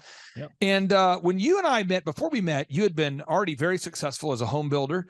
You turned your dream of being a home builder guy into reality. Yeah. So how many homes had you sold, or what kind of sales had you done in your career as a home builder guy before you and I even met? Before we met, probably about 750 million in sales prior to meeting you. And then you did the year we first started working together. What were the sales totals that year? We were at like 19 million. 19 million. And then when you ended 2022, obviously we're in 2023, and so we'll see how this year ends. But as far as ending 2022, how much sales did you do last year at the end of 2022? 2022, we were at like 84 million. Okay, so from 19 million to 84 million. 84 million. So you're doing some things right here. And what we're going to try to do is kind of demystify the plan here. Okay, so here we go. So establishing revenue goals. Yep. When you and I first started working together, we started off with a 13-point assessment. We went over your goals. I'm not going to ask you to share your goals on the air, but why is it important that you have goals? Well, I mean, goals are sort of your guideposts that, you set something out there in front of you and you start chasing after it. And without that, you're just kind of floundering in mediocrity. You don't have any reason to get up in the morning and really get after it. And so, I think goals are, you can have lots of different types of goals. And we've talked about a lot of this. We've talked about, having financial goals and having, fitness goals and having friendship goals and just all these different areas. I know you've got the F6, so that's kind of something that, we touched on very early on. You asked me, like, is one of your goals more income or is it more time? And so I said, well, really at this point, it's more income. And then later it became more time. So, it's changed over the time I've known you since 2016. We're going on 7 years and the income went up considerably. So now it's, turned in the last couple of years towards more time. Now, the break-even numbers, again, I'm not asking you for the numbers on the show, but you guys have a lot of fixed costs. I mean, if you go to shawhomes.com, you've got framers, you have plumbers, you have tile people, you have so many skilled people, you have a full-time sales team, you have an admin staff. And if you don't sell a house, you still have the service of the land, you still have all the overhead. Why is it important for every listener out there to know their break-even point? How many deals they need per month just to break even? Well, yeah, because you're going backwards real quick, and it doesn't take very long if you're at the beginning of your business. It doesn't take very long for you to be in a place where, the creditors are knocking at your door and you're, you can't pay your bills, and all of a sudden you're going to lose all for us, all of our trades, all of our suppliers are going to start backing out. So, you've got to know what that number is that lets you tread water so that, okay, this is the worst case scenario. Everything above that, at least I'm into the profit zone. So, you go out of business pretty quick. Most businesses don't last more than just a few months if they get below that break-even number. So now, folks, again, these might seem like simple steps, but they're all the linear steps you have to take to create time freedom and financial freedom. And if you want to grow your company, this is how you do it. Box number 3, though, is you have to know the hours you're willing to work. Now, your incredible wife is here off camera for accountability. So at any point, she could yell like, "Hey, man," or "Boo." But you guys are on the same page with the hours you're willing to work. And you guys, as a couple, I want to brag on both of you. You guys both committed to sacrificing time and energy and a lot of things to get to where you're at in life. Yeah. And then as you had your children, you raised them, you decided to devote time to raising said kids. Yeah. And now that your kids are older, you're devoting time to raising these kids. So it's not like you abdicated being a parent while also growing a company. You did both well. I'd love to get your thoughts on sitting down with your spouse, if you're watching this today, or your significant other, and making sure you're on the same page about how many hours per week you're willing to work. Well, yeah, I mean, you don't want to grow a business to, make a whole bunch of money just so you can split it in half later. Oh, because that's kind of what happens when you don't work out those details ahead of time. And so my wife and I have been married 25 years. We've been together for 4 before that. And So yeah, 26. Did I just say 25? But real quick, 26, I hate to do this to I you. just got in trouble. I hate to. Okay. Your wife just turned 27 on Thursday, and what you said is 100% false. Okay, so the unique value proposition here. Now let's talk about this. Whether it's growing a home building company or a dog training business or a haircut chain or a carpet cleaning franchise or whatever business we're involved in helping to grow, you have to sit down as a listener out there, as a business owner. You got to figure out what makes your company unique. Absolutely. So I want to ask you, what makes Shaw Homes unique in the marketplace with other home builders? Yeah, we have more furnished and decorated model homes than any other builder in the market. So, a lot of times people, when they walk into a home and they're trying to decide if they like the floor plan, the layout, whatever, most builders in our market have an empty house that they walk into. It's just kind of echoes when you walk through it. There's no furniture or anything. And we completely, as you can see in this little video here, we completely furnish and decorate it, make it beautiful. We are the most award-winning builder in the state of Oklahoma. That's true.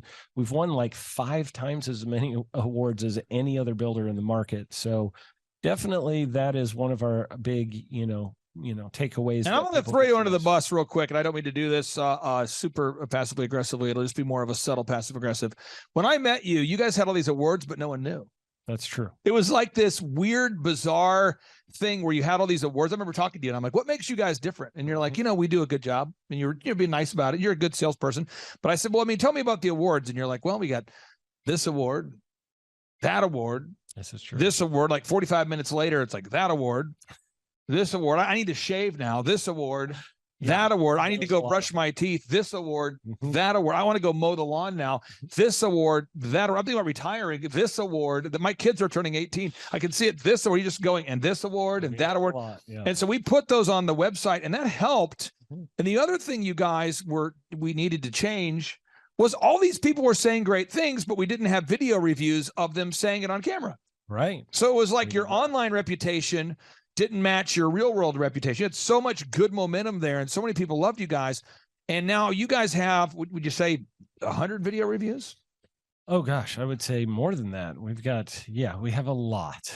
And every week you could just keep scrolling and scrolling and scrolling. I was scrolling. And this is actually all that's on this page. If you go to our YouTube channel, we have way more than this. So yeah. So again, and this is all the stuff. You're going to grow a successful company, folks. Step 1, you got to figure out your revenue goals. Step 2, you got to figure out your break-even goals. Step 3, sit down for an hour in a power. Sit down with your spouse. Make sure that you guys are on the same page of your hours you're willing to work.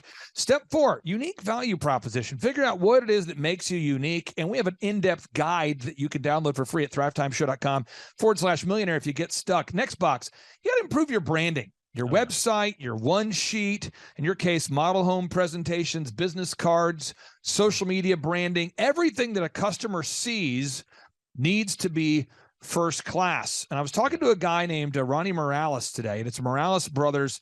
I think you met him at a conference. He told me this, and I'm not slamming Ronnie. Ronnie, if you're listening, I'm not slamming you. This is the real thing. Ronnie said he listened to our show for 7 consecutive years before ever reaching out.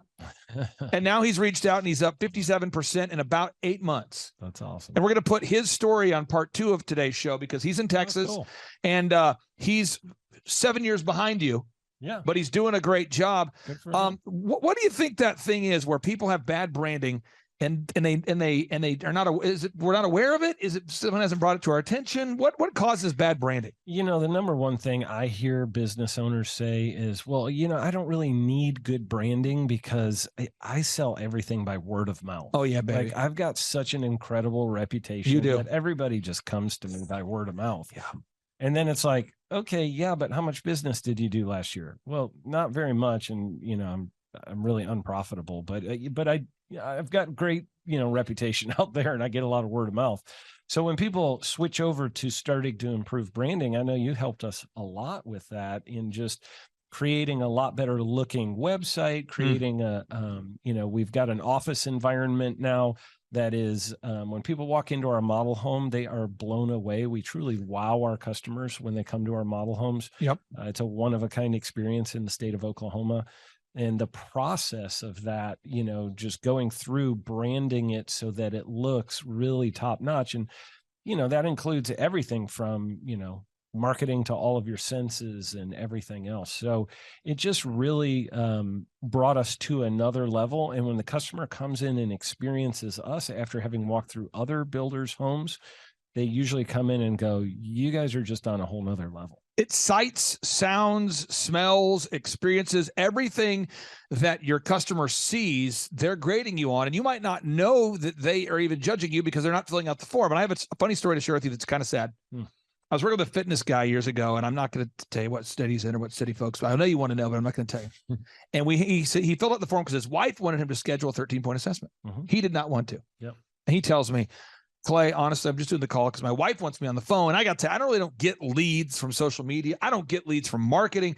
I get all my leads word of mouth, like you were saying. And I said, well, let me just do this.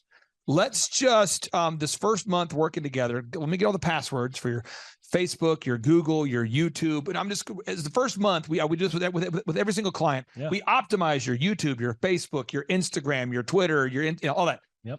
We log on. This is a fitness guy. He was spending like $400 a week every week on ads. Yeah. And he hadn't known, he wasn't aware that every time a lead came in, it got stuck in Facebook and went to an email address that he wasn't checking. Whoa. So think about this. That's not good. And it's like 15 to 20 leads a week for years. This guy had. That's not good. And he didn't even, and so I'm going, you're spending, 20 grand a year on ads that you're not getting things from. And are you aware that the phone number on your site rings to a phone that's no longer a real phone? And I'm serious. This was real. And then he had before and after photos where somebody had the idea of let's get before and after photos, where you interview someone before they start working out. Yeah. But then they never completed the thought.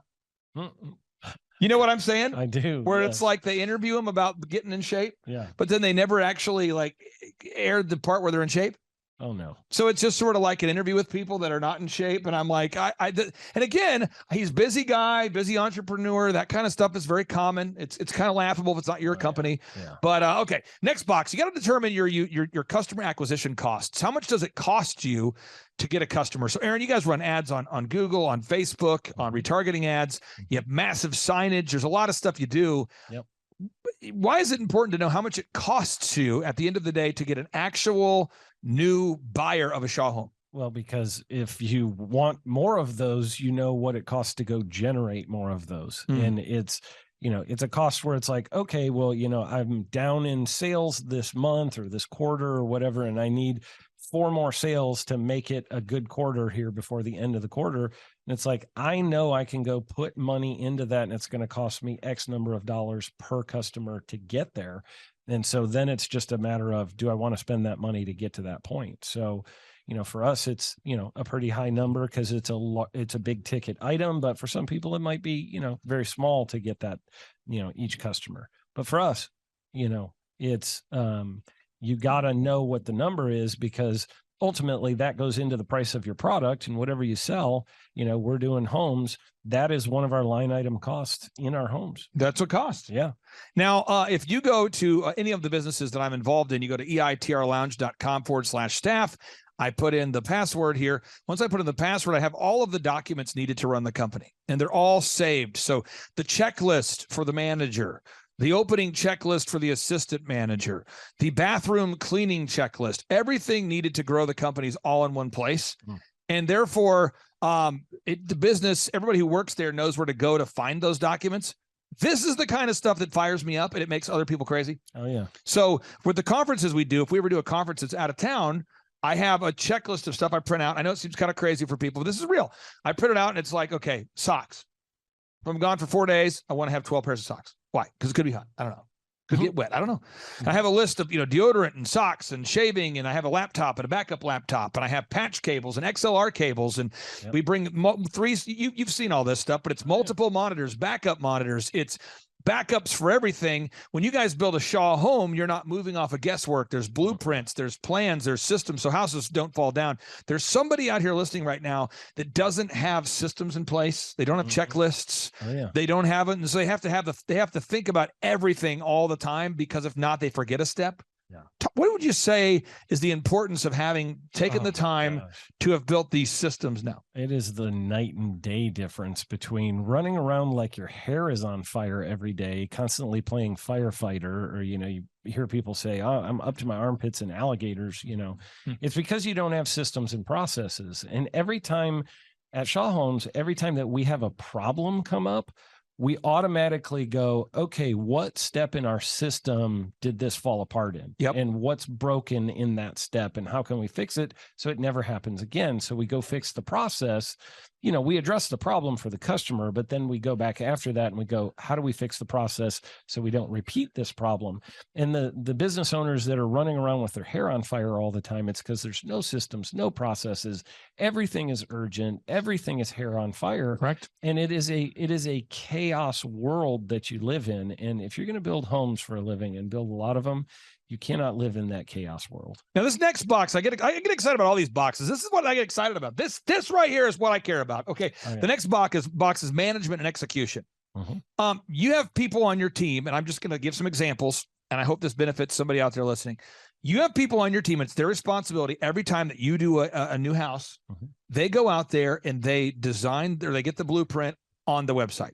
Yep. They get the new design of the home, because people want to see floor plans. Yep. So somebody's job is to get those up there. Yes. Somebody gets photos of every house that you guys are building. Yeah. Somebody gets videos of every house. Somebody puts them all up for sale. Somebody answers the phone every day. Yes. Somebody calls the leads every day. Every day. Somebody cleans the bathroom every day. Somebody builds the houses every day. Now, this is what I find, and I'm sure none of our listeners can relate to this.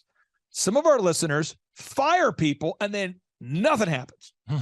So work with me on this. There's listeners out there that I talk to them every day, because we do free 13-point assessments. So I talk to 2 or 3 people a day who go to thrivetimeshow.com. They want to schedule a consultation. And the other day you heard me talking to Jordan. I said, Jordan, go ahead and keep setting those, because we set an appointment with someone who's definitely not a good fit. Yep. And you could tell he had a little, question if that was okay. And I said, I would rather you set an appointment with somebody than not, because I don't know if who's a good fit or not, Yeah. But the idea, though, is I sit down. I was talking to a guy the other day, and he was like, the reason why my team did not get Google reviews or reviews this week is because we fired a guy. And I go, because I'm just asking him, where are we stuck? What's your biggest limiting factor? I have a big process I go through in my evaluation. Yep. And I said, who calls the leads? He's like, well, normally I have a person that calls the leads, but we just fired her. And I mean this, I'm going, how long have you been in business? This guy's been in business for over 10 years, and he's reaching out for help. Good person. We're trying to help him. I think it's going to be a good fit. But so I said, so basically everybody follows the systems until they don't work there anymore. And then no one does the systems. And you go back and forth vacillating from things being done to not being done. And one of my favorite things about working with you guys is that you're honest people. What does that mean? You do your best to do what you say you're going to do. And you hold yourself and the employees accountable. Absolutely. But what would happen if every week if somebody wasn't performing, you remove them from the position, and then the houses weren't built for the week because something wasn't going well, or because maybe a salesperson wasn't performing at the peak, you let them go, and the next thing you know, what would happen if you managed your company that way? It would be a disaster. I mean, I can't just fire my superintendent without having somebody already ready to take over all of those responsibilities, because I've got materials showing up at the job site today, tomorrow, and the next day. I've got trades showing up who need some supervision, need to know what they're supposed to be doing. If I fire that guy with no warning, somebody else has to come fill in that position. So, for us, we try to never have that gap happen. And, sometimes it's like, that you're going to need to fire somebody and you can see the writing on the wall. Right. But you want to get the next person up and ready to go before that happens. And you guys have a weekly meeting. So we talk a lot on the show from an employer perspective, but how frustrating would it be to be an A-player employee and you're working for a C-player boss? A boss that doesn't have a staff meeting, that's not organized, that doesn't pay people on time, that's constantly emotional. I see that a lot. And so management is a learned skill. Yes, and thankfully, when I first met with you, you'd already really mastered, in my opinion, managing people. But this next box is where I thought we needed some help, was to build a system for constantly recruiting new people, because certain people work for Shaw Homes for 3 years or 4 years, and then they want to go move, they want to have a baby, they want to stay home, they want to get a new job. And even though you have low turnover at Shaw, certain people get to their expiration date and it's time for them to move on to something else. And because we didn't have a process in place at Shaw at that time to consistently bring in a pipeline of new people, it made it difficult to do the management that was needed. Can you talk about the importance of implementing a human resources program for hiring, inspiring, training, and retaining good people? It's huge. I mean, that was definitely an Achilles heel for us. And you helped us a lot with that. You know, putting in where every single week I'm seeing, potential candidates that could come work for us, and they're job shadowing and seeing what it's like to work in our company every single week. It does multiple things. It helps the people who work there to know, hey, there's other people who desire to come work here. Here we go. And, if I'm not doing my job, I might get replaced. So there's a little bit of that. And then it's also a thing of, the people who are shadowing get to see the job being done by people who are happy doing their job. And it helps them to want to come be a part of Shaw Homes. I've got a very long list of people right now in every single position that would be excited to come work for us if I did all of a sudden find myself with an opening, because occasionally people leave with no notice or whatever, something happens, family emergency, whatever. Right. And you have that, I need to replace somebody immediately. And the great thing about it is I have a whole bunch of people that I could plug into that position very quickly, because every single week I am interviewing. Now, the next box here is you got to do your accounting, and in order to earn millions, you have to automate your accounting. What does that mean? You have to have a system in place for making sure you price your products and services correctly, and that you pay yourself first, that you set aside a set amount of money to pay yourself and your staff. And all these things work together. And what I find is people ask me, often just not knowing, they come from a place of a good heart, they don't know. They say to me, Clay, what is the most important step in growing Shaw Homes? I've heard Aaron on the show. He's a great guy. Clay, I've heard PMH OKC on the show. Clay, I've seen OxyFresh on the show. What was the most important thing they did? And to me, that's like asking a hiker, what was the most important step you took to get to the top of that mountain? Well, it was the one we took there an hour ago. I took a left step. No, it's like asking a baker, what's the most important ingredient? Is it milk? Is it sugar? Is it eggs? Is it, it's like asking a farmer, what's the most important thing, feeding the animals or watering them? What's the key to your success? There's just certain questions that I understand people want to know, but all of this has to work together, and nothing works unless you do. So I have 3 final questions for you. For anybody out there that's thinking about scheduling a consultation, a free consultation with thrivetimeshow.com and myself, obviously they're stuck with me if they fill out the form. I'm the only person that does 13-point assessments. Right. I believe I've seen it since 2005. We help people decrease their costs, increase their time, freedom, and profits. What would you say is the benefit of scheduling that 13-point assessment? Well, actually, the 13-point assessment was very eye-opening for me. You asked me a lot of tough questions that I probably should have been asking myself and wasn't. And so as we went through the questions, I was like, I think at every question you asked me, I was like, oh, that's a good question. And I was like, hang on, let me think about that for a minute. So I find that it kind of helps open your eyes to, these are some things that I know I have some areas of weakness. And then there were, I think, a couple of the questions where I was like, oh, I know the answer to this one. I got this one, no problem. But it helps you sort of identify. I walked away having identified areas of strength and areas of weakness, even though that really wasn't the purpose of the phone call necessarily. It helped me to see that.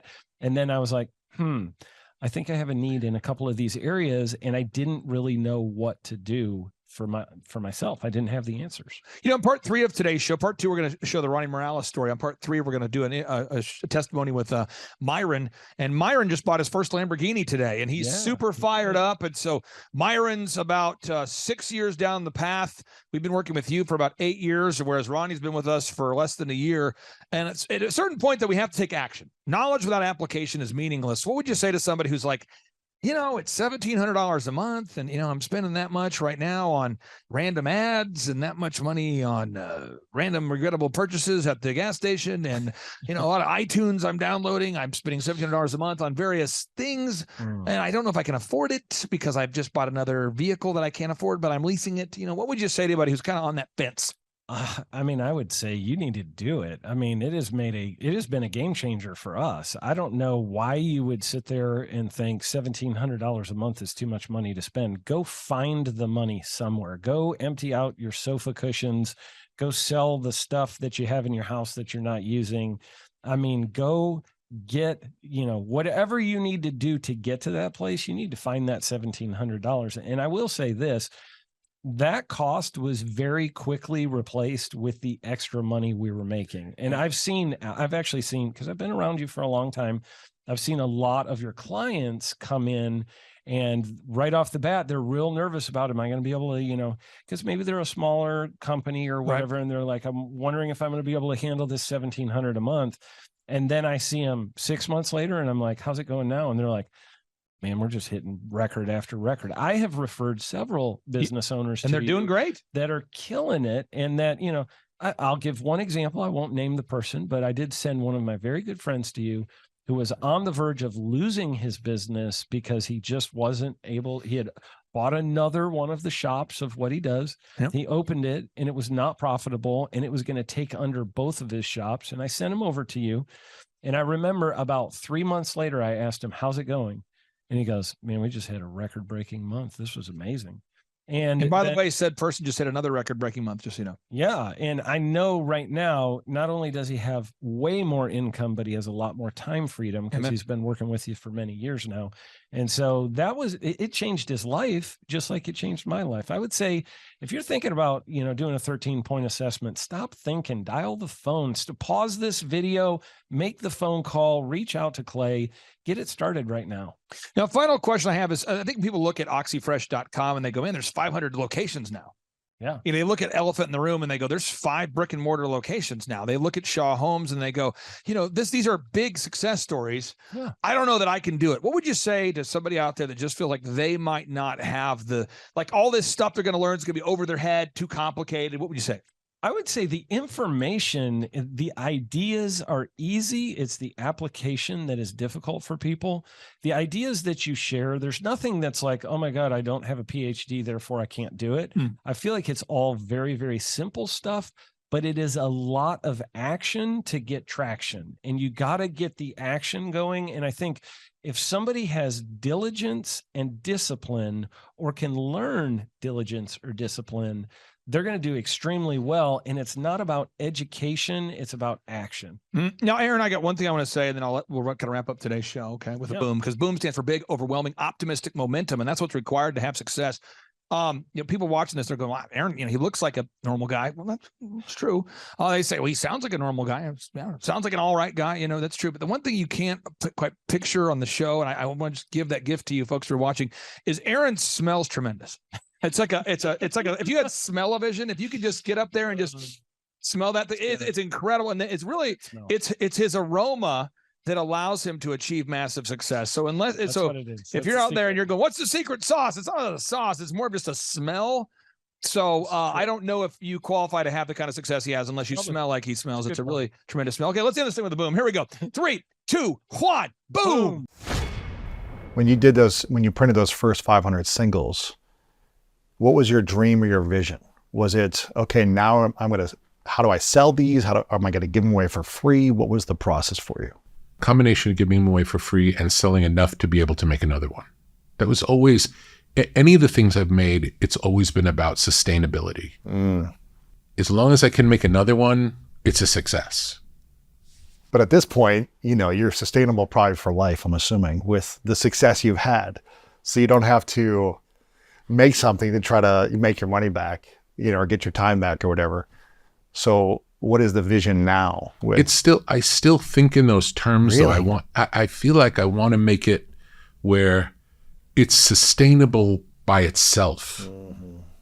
There's something that feels good about that, that you make something that can live on, not because of an endowment. Clay Clark is here somewhere. Where's my buddy Clay? Clay's the greatest. I met his goats today. I met his dogs. I met his chickens. I saw his compound. He's like the greatest guy. I ran from his goats, his chickens, his dogs. So this guy's like the greatest marketer you've ever seen, right? His entire life, Clay Clark, his entire life is marketing. Okay, Aaron Antis, March 6th and 7th. March 6th and 7th, guess who's coming to Tulsa, Jerusalem? Ooh, Santa Claus? No, that's March. March 6th and 7th, Oh. we're going to be joined by Robert Kiyosaki. Robert Kiyosaki. Best-selling author of Rich Dad, Poor Dad. Probably the best-selling, or one of the best-selling business authors of all time. And he's going to be joined with Eric Trump. He'll be joined by Eric Trump. So we got Eric Trump and Robert Kiyosaki in the same place. Aaron, why should everybody show up to hear Robert Kiyosaki? Well, you got billions of dollars of business experience between those two, not to mention many, many, many millions of books have been sold. Many, many millionaires have been made from the books that have been sold by Robert Kiyosaki. I happen to be one of them. I learned from the man. He was the inspiration. That book was the inspiration for me to get the entrepreneurial spirit, as many other people. Now, since you won't brag on yourself, I will. You've sold billions of dollars of houses, am I correct? That is true. And the book that kickstarted it all for you, Rich Dad, Poor Dad. Rich Dad, Poor Dad, the author, the best-selling author of Rich Dad, Poor Dad, Robert Kiyosaki, the guy that kickstarted your career. Yeah. He's going to be here. He's going to be here. I'm pumped. And now Eric Trump, people don't know this, but the Trump organization has thousands of employees. There's not 50 employees. The Trump organization, again, most people don't know this, but the Trump organization has thousands of employees. And while Donald J. Trump was the 45th president of these United States and soon to be the 47th president of these United States, he needed someone to run the companies for him. And so the man that runs the Trump organization for Donald J. Trump, as he was the 45th president of the United States and now the 47th president of the United States, is Eric Trump. And so Eric Trump is here to talk about time management, promoting from within, marketing, branding, quality control, sales systems, workflow design, workflow mapping, how to build. I mean, everything that you see, the Trump hotels, the Trump golf courses, all their products, the man who manages billions of dollars of real estate and thousands of employees is here to teach us how to do it. You are talking about one of the greatest brands on the planet from a business standpoint. Right. I mean, who else has been able to create a brand like the Trump brand? I mean, look at it. And this is the man behind the business for the last pretty much since 2015. He's been the man behind it. So you're talking, we're into 9 going into 10 years of him running it, and we get to tap into that knowledge. That's going to be amazing. Now, think about this for a second. Would you buy a ticket just to see Robert Kiyosaki and Eric Trump? Of course you would. Of course you would. But we're also going to be joined by Sean Baker. This is the best-selling author, the guy who invented the carnivore diet. Oh, yeah. Dr. Sean Baker. He's been on Joe Rogan multiple times. He's going to be joining us. So you've got Robert Kiyosaki, the best-selling author of Rich Dad, Poor Dad, Eric Trump, Sean Baker. The lineup continues to grow, and this is how we do our tickets here at the Thrivetime Show. If you want to get a VIP ticket, you can absolutely do it. It's $500 for a VIP ticket. We've always done it that way. Now, if you want to take a general admission ticket, it's $250 or whatever price you want to pay. And the reason why I do that, and the reason why we do that is because we want to make our events affordable for everybody. I grew up without money. I totally understand what it's like to be in a tight spot.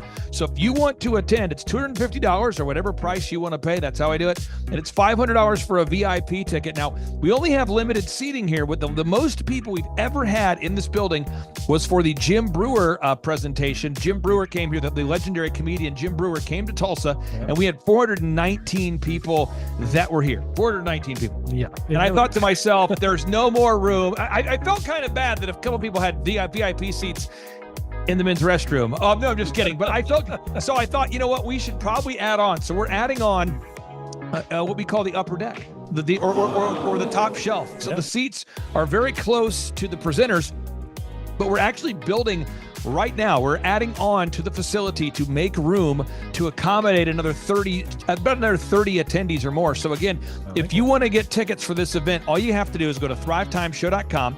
Go to thrivetimeshow.com. When you go to thrivetimeshow.com, you'll go there, you'll request a ticket, boom. Or if you want to text me, if you want a little bit faster service, you say, I want you to call me right now. Just text my number. It's my cell phone number, my personal cell phone number. We'll keep that private between you, me, everybody. We'll keep that private. And anybody, don't share that with anybody except for everybody. That's my private cell phone number. It's 918-851-0102. 918-851-0102. I know we have a lot of Spanish-speaking people that attend these conferences, and so to be bilingually sensitive, my cell phone number is 918-851-0102. That is not actually bilingual. That's just saying Juan for a one. It's not the same thing. I think you're attacking me. Now, let's talk about this. Now, what kind of stuff will you learn at the Thrivetime Show workshop? So, Aaron, you've been to many of these over the past 7-8 years. So let's talk about it. I'll tee up the thing, and then you tell me what you're going to learn here, okay? Okay. You're going to learn marketing and branding. What are we going to learn about marketing and branding? Oh, yeah. We're going to dive into, so many people say, I got to get my brand known out there, like the Trump brand, right? You want to get that brand out there. It's like, how do I actually make people know what my business is and make it a household name? You're going to learn some intricacies of how you can do that. You're going to learn sales. So many people struggle to sell something. This just in, your business will go to hell if you can't sell. So we're going to teach you sales. We're going to teach you search engine optimization, how to come up top in the search engine results. We're going to teach you how to manage people. Aaron, you have managed, no exaggeration, hundreds of people throughout your career and thousands of contractors. And most people struggle with managing people. Why does everybody have to learn how to manage people? Well, because first of all, you either have great people or you have people who suck. And so it can be a challenge. Learning how to work with a large group of people and get everybody pulling in the same direction can be a challenge. But if you have the right systems, you have the right processes, and you're really good at selecting great ones, and we have a process we teach about how to find great people. When you start with the people who have a great attitude, they're teachable, they're driven, all of those things, then you can get those people all pulling in the same direction. So we're going to teach you branding, marketing, sales, search engine optimization. We're going to teach you accounting. We're going to teach you personal finance, how to manage your finance. We're going to teach you time management. How do you manage your time? How do you get more done during a typical day? How do you build an organization if you're not organized? How do you do organization? How do you build an org chart? Everything that you need to know to start and grow a business will be taught during this 2-day interactive business workshop. Now, let me tell you how the format is set up here. And again, folks, this is a 2-day interactive 15. Think about this, folks. It's 2 days. Each day it starts at 7 a.m. and it goes until 5 p.m. So from 7 a.m. to 5 p.m., 2 days. It's a 2-day interactive workshop. The way we do it is we do a 30-minute teaching session, and then we break for 15 minutes for a question and answer session. So, Aaron, what kind of great stuff happens during that 15-minute question and answer session after every teaching session? I actually think it's the best part about the workshops, because here's what happens. I've been to lots of these things over the years. I've paid many thousands of dollars to go to them. And you go in there and they talk in vague generalities, and they're constantly upselling you for something, trying to get you to buy this thing or that thing or this program or this membership.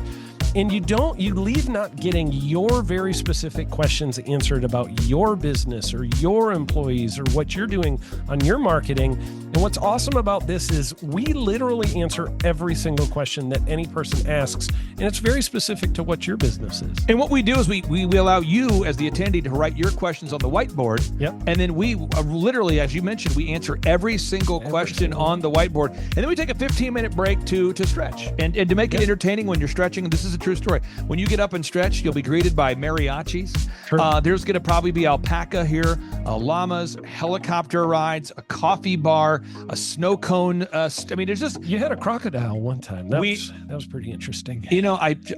I should write that down and actually do that. Sorry for that one guy that we lost. The crocodile, we duct taped its face so that we duct taped. No, it was a baby crocodile. And it was duct tape. Yeah, duct tape around the mouth so it didn't bite anybody. But it was really cool passing that thing around and petting I should do that. We have a small petting zoo that will be assembled. It's going to be great. And then you're in the company of hundreds of entrepreneurs. So there's not a lot of people in America today. In fact, there's less than 10 million people today, according to U.S. Debt Clock, that identify as being self-employed. So if you have a country with 350 million people, that means you have less than 3% of our population that's even self-employed. Yeah. So you only have 3 out of every 100 people in America that are self-employed to begin with.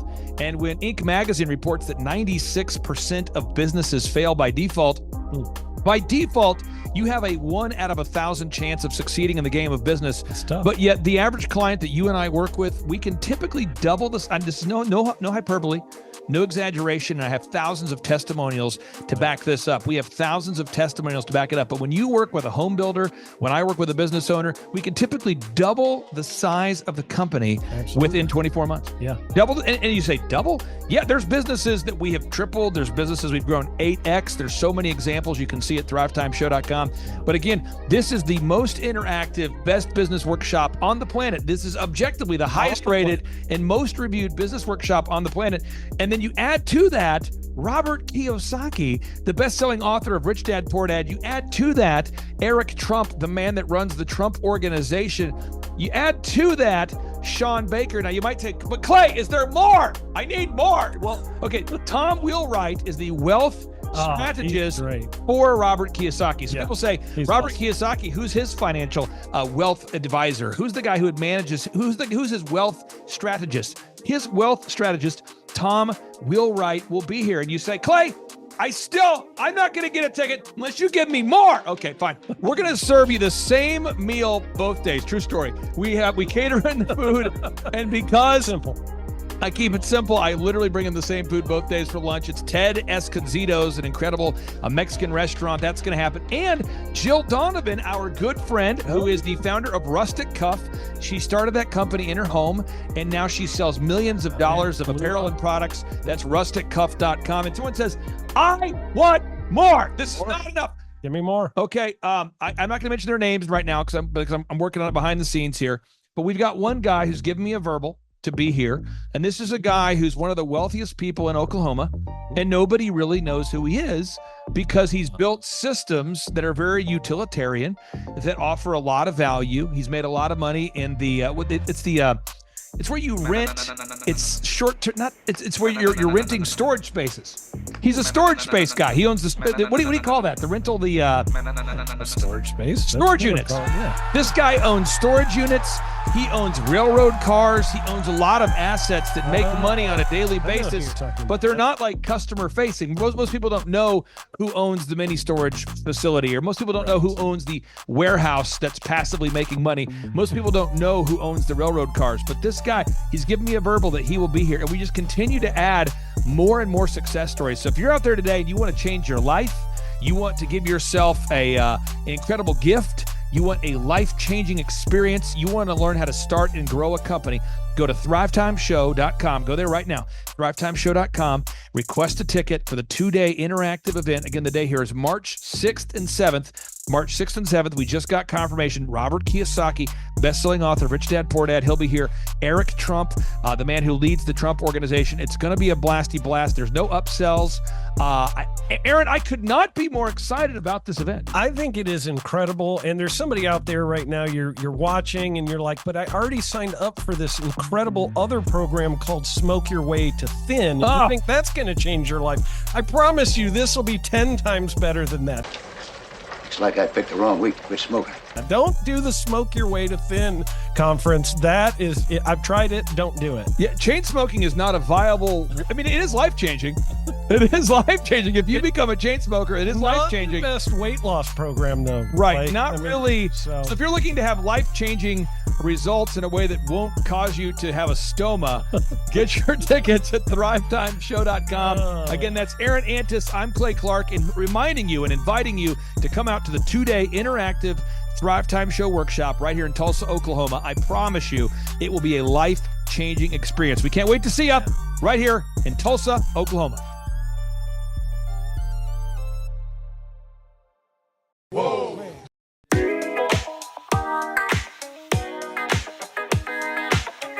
Thrive Time Show, that's where you wanna be. That's where you wanna be. Thrive Time Show, that's where you wanna be. Yeah. Business growth is what you wanna see. What you wanna see. Thrive Time Show, that's where you wanna be, where you wanna be, yeah, yeah. If you've got the big goals to achieve, yeah, you got to achieve it. For entrepreneurs, it's a paradise. For employees, it's a change paradigm. For the poor and ignored, it's a change mind. For the explorers, it's a major find. For Tim Tebow, it's goals aligned. For the Eric to the Trump, it's a mastermind. For Robert Kiyosaki, it's game time.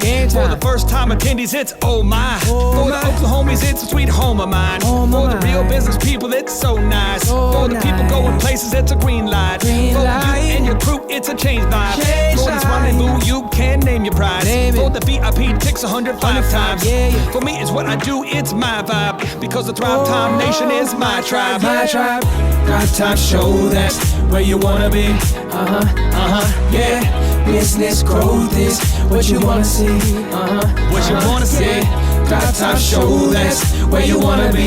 Where you wanna be, yeah, yeah. If you've got the big goals to achieve, yeah, you got to achieve it. It's time to thrive, what a time to be alive. Breath in my lungs, thank you, Jesus Christ. You got a chance to cause change upon the land. So beat that clock by your diligence.